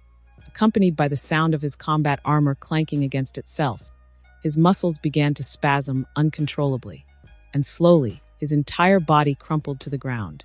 Through gritted teeth, Zaire's voice echoed from within his helmet. "David, I may need backup. Hold on, my lord. I'm on my way." The mechanical voice of Iron David swiftly reached Zaire's ears, bringing him some measure of comfort. With the roar of engines resonating in the air, the interior of the trembling transport bay buzzed softly. Iron David carefully removed Zaire's combat armor, leaving him lying flat on the cold metal floor. On Zaire's arms and torso, radiating purple-blue bruises marked his skin like spider webs. Occasional muscle spasms rendered him unable to even move a single finger. Sweat constantly trickled down Zaire's forehead as he gradually adjusted his breathing rhythm, enduring the waves of pain rippling through his body. A few minutes later, Iron David, with rainwater trickling down his metal form, returned with a stack of data drives and chemical samples. The blue glow in his optical sensors flickered as he knelt down and said, "My lord, as you commanded, I've retrieved everything of value from the lab." Barely recovering from his injuries, Zaire turned his gaze toward the samples in David's metal hand. Taking a deep breath, he said, "These gains barely justify my injuries. Damn it, that grenade launcher was far more terrifying than I anticipated. The enemy didn't manage to harm me at all, yet my own weapon nearly took me out. This is beyond ridiculous." Hearing Zaire's complaints, Iron David shook his metal head slightly, setting down the items he carried. With a hint of what seemed like resignation in his mechanical tone, he said, "My lord, that grenade launcher isn't meant for ordinary mortals. Even those Astartes warriors I've encountered require powered armor to wield it effectively. The fact that you're still alive is, well, a blessing from him, perhaps." For a brief moment, an embarrassed expression seemed to flicker across Zair's sweat-covered face. He closed his eyes in resignation and said to the iron figure, "This time, I messed up. It won't happen again. David, I need medical assistance. If not that, at least some painkillers. My lord, you'll have to endure for now." Iron David slowly rose to his feet and headed toward the cockpit of the Valkyrie. Moments later, the roaring engines of the Valkyrie transport shook the air as it lifted off from a sprawling cornfield. Its massive frame pierced through the torrential downpour, ascending rapidly toward the dark, brooding clouds above. Several hours later, a fatigued Zaire lay on a hospital bed in the base's medical room, slowly drifting into sleep. Needles pierced his arms, delivering glucose solutions and a heavy dose of painkillers. Iron David, temporarily assuming the role of a medic, tidied up the medical tools. The blue glow in his optical sensors pulsed gently as he observed Zaire's condition. Once satisfied, the iron figure left the medical room and entered the brightly lit main hall. At that moment, Jessica, clad in tight athletic gear, approached briskly, her workout evidently just finished. Her expression was grave as she looked at the iron figure and asked with concern, "David, what happened to the boss? Did something go wrong with the mission?" "Good evening, Ms. Jessica." Iron David raised a metal hand in greeting, his mechanical voice devoid of emotion as he replied, "My lord's mission went smoothly. Unfortunately, a minor incident occurred during the process. However, for my lord, this is merely another lesson and a step in his growth." "An incident?" Jessica frowned slightly, her eyes narrowing as she stared at Iron David. After a moment, she asked, "Is the boss seriously hurt? Does he need professional medical help? I have a friend who can provide assistance." Before she could finish, Iron David raised a metallic finger, cutting her off. The blue light in his sensors flickered as he said calmly, "Ms. Jessica, remember, important matters like this require my lord's direct approval. However, we do indeed need a medical professional stationed at the base. You may contact your friend and negotiate terms, but you must not reveal anything about my lord. Otherwise, he may not appreciate your good intentions. Zaire is not just my boss, he's my friend." "Of course, I know what to do." Jessica crossed her arms, her back straightening as she glared at Iron David. Without another word, she turned and walked briskly toward the base's exit. Once her silhouette vanished from view, Iron David tilted his metal head slightly and muttered to himself, analyzing Ms. Jessica's heart rate and hormone levels. "Did I say something wrong? I merely reminded her to remain loyal and avoid making unauthorized decisions. I didn't say anything out of line." The mechanical undertone of Iron David's voice carried a tinge of confusion. He turned and made his way toward the hangar where the Valkyrie was docked. Zaire's equipment and the transport, fresh from its maiden mission, awaited maintenance and care. "I really do prefer dealing with construction materials. At least they don't have inexplicable emotions. Even the revered Omni-sensei is far more polite, respectful, and consistent. They never confuse a timid and humble servant like me." For a while, Iron David's muttered musings echoed softly through the base's halls. Eventually, they faded into silence. Zaire awakened to the familiar scent of disinfectant wafting through his nostrils. His fingers fumbled for the controls of the multifunction hospital bed. Accompanied by the soft hum of mechanical adjustments, his upper body was gradually lifted by the bed. Glancing down at the fading purple bruises on his body, Zaire let out a helpless sigh. Not wanting to simply stare at the ceiling, he opened the simulator's interface. Since recovery demanded rest, he thought, he might as well find something to occupy his time. After silently offering his customary prayer to the Emperor, Zaire adjusted the time dilation settings and activated the simulator. Simulation starting. Current identity, mortal. Please choose a role to assume upon entry. If no choice is made, a random role will be assigned. Role selection declined. Simulation starting. You have entered the Warhammer universe. Time unknown. Location, Milky Way Galaxy, Obscurus Sector Fenris. You arrive on the planet's surface. The thin garments you wear offer no protection. A biting wind pierces every inch of your skin, seeping into the depths of your bones. You take a deep breath of freezing air to stay conscious. Treading through deep snow, you search desperately for shelter. All you see is an endless expanse of white snow and low, gnarled, barren trees. Your hands and feet begin to go numb, soon followed by sharp, stinging pain. You are forced to jog to keep your blood circulating. You plunge into a sparse forest. Suddenly, you realize that the cold is not the only threat you face. In front of you, 3 shaggy Fenrisian wolf pups rise slowly, their gray manes bristling as they bare yellowed fangs at you. You draw another deep breath of icy air. Bending slightly, you attempt to retreat. Your movement, however, seems to signal to the pups that you are prey. 12 sharp claws crunch through the snow as they leap toward you. You roll backward quickly, grabbing a dry branch as thick as your arm from the snow. Your retreat is not an act of cowardice, but a move to find a weapon. You swing the branch with all your might. The slightly bent stick arcs like a chain's word, striking one pup's gaping maw with a loud snap of breaking fangs and a pained yelp. Dodging sideways, you narrowly avoid another pup's leap. Once more, you swing your branch. This time, it strikes the third pup's spine with a dull thud. The force of impact causes the branch to splinter. Clutching the broken remains of the branch, you roar from deep within your throat. Leaping forward, you grab the paralyzed pup's neck with one muscular arm, pinning it beneath your body. With the broken branch in your other hand, you drive it into the pup's eye socket. Bloodshot eyes blazing with fury, you glare at the 2 remaining wolves. The sound of their fallen packmates' death throes and cries of agony causes the 2 wolves to hesitate before retreating into the forest. The wolf beneath you breathes its last. You release your grip on the shattered branch and collapse onto its still warm body, panting heavily. Pulling the branch from the wolf's socket, the sight of steaming blood causes your parched throat to ache with thirst. After a moment's hesitation, you lean in and begin to drink from the wolf's wound. The hot, metallic taste fills your stomach, temporarily warding off the encroaching cold. Regaining some strength, you search the forest for stones, trying to carve the wolf's meat and salvage its pelt. You manage to obtain a crude, torn wolfskin. Clad in the tattered skin and gnawing on tough, raw wolf meat, you attempt to start a fire by rubbing sticks together.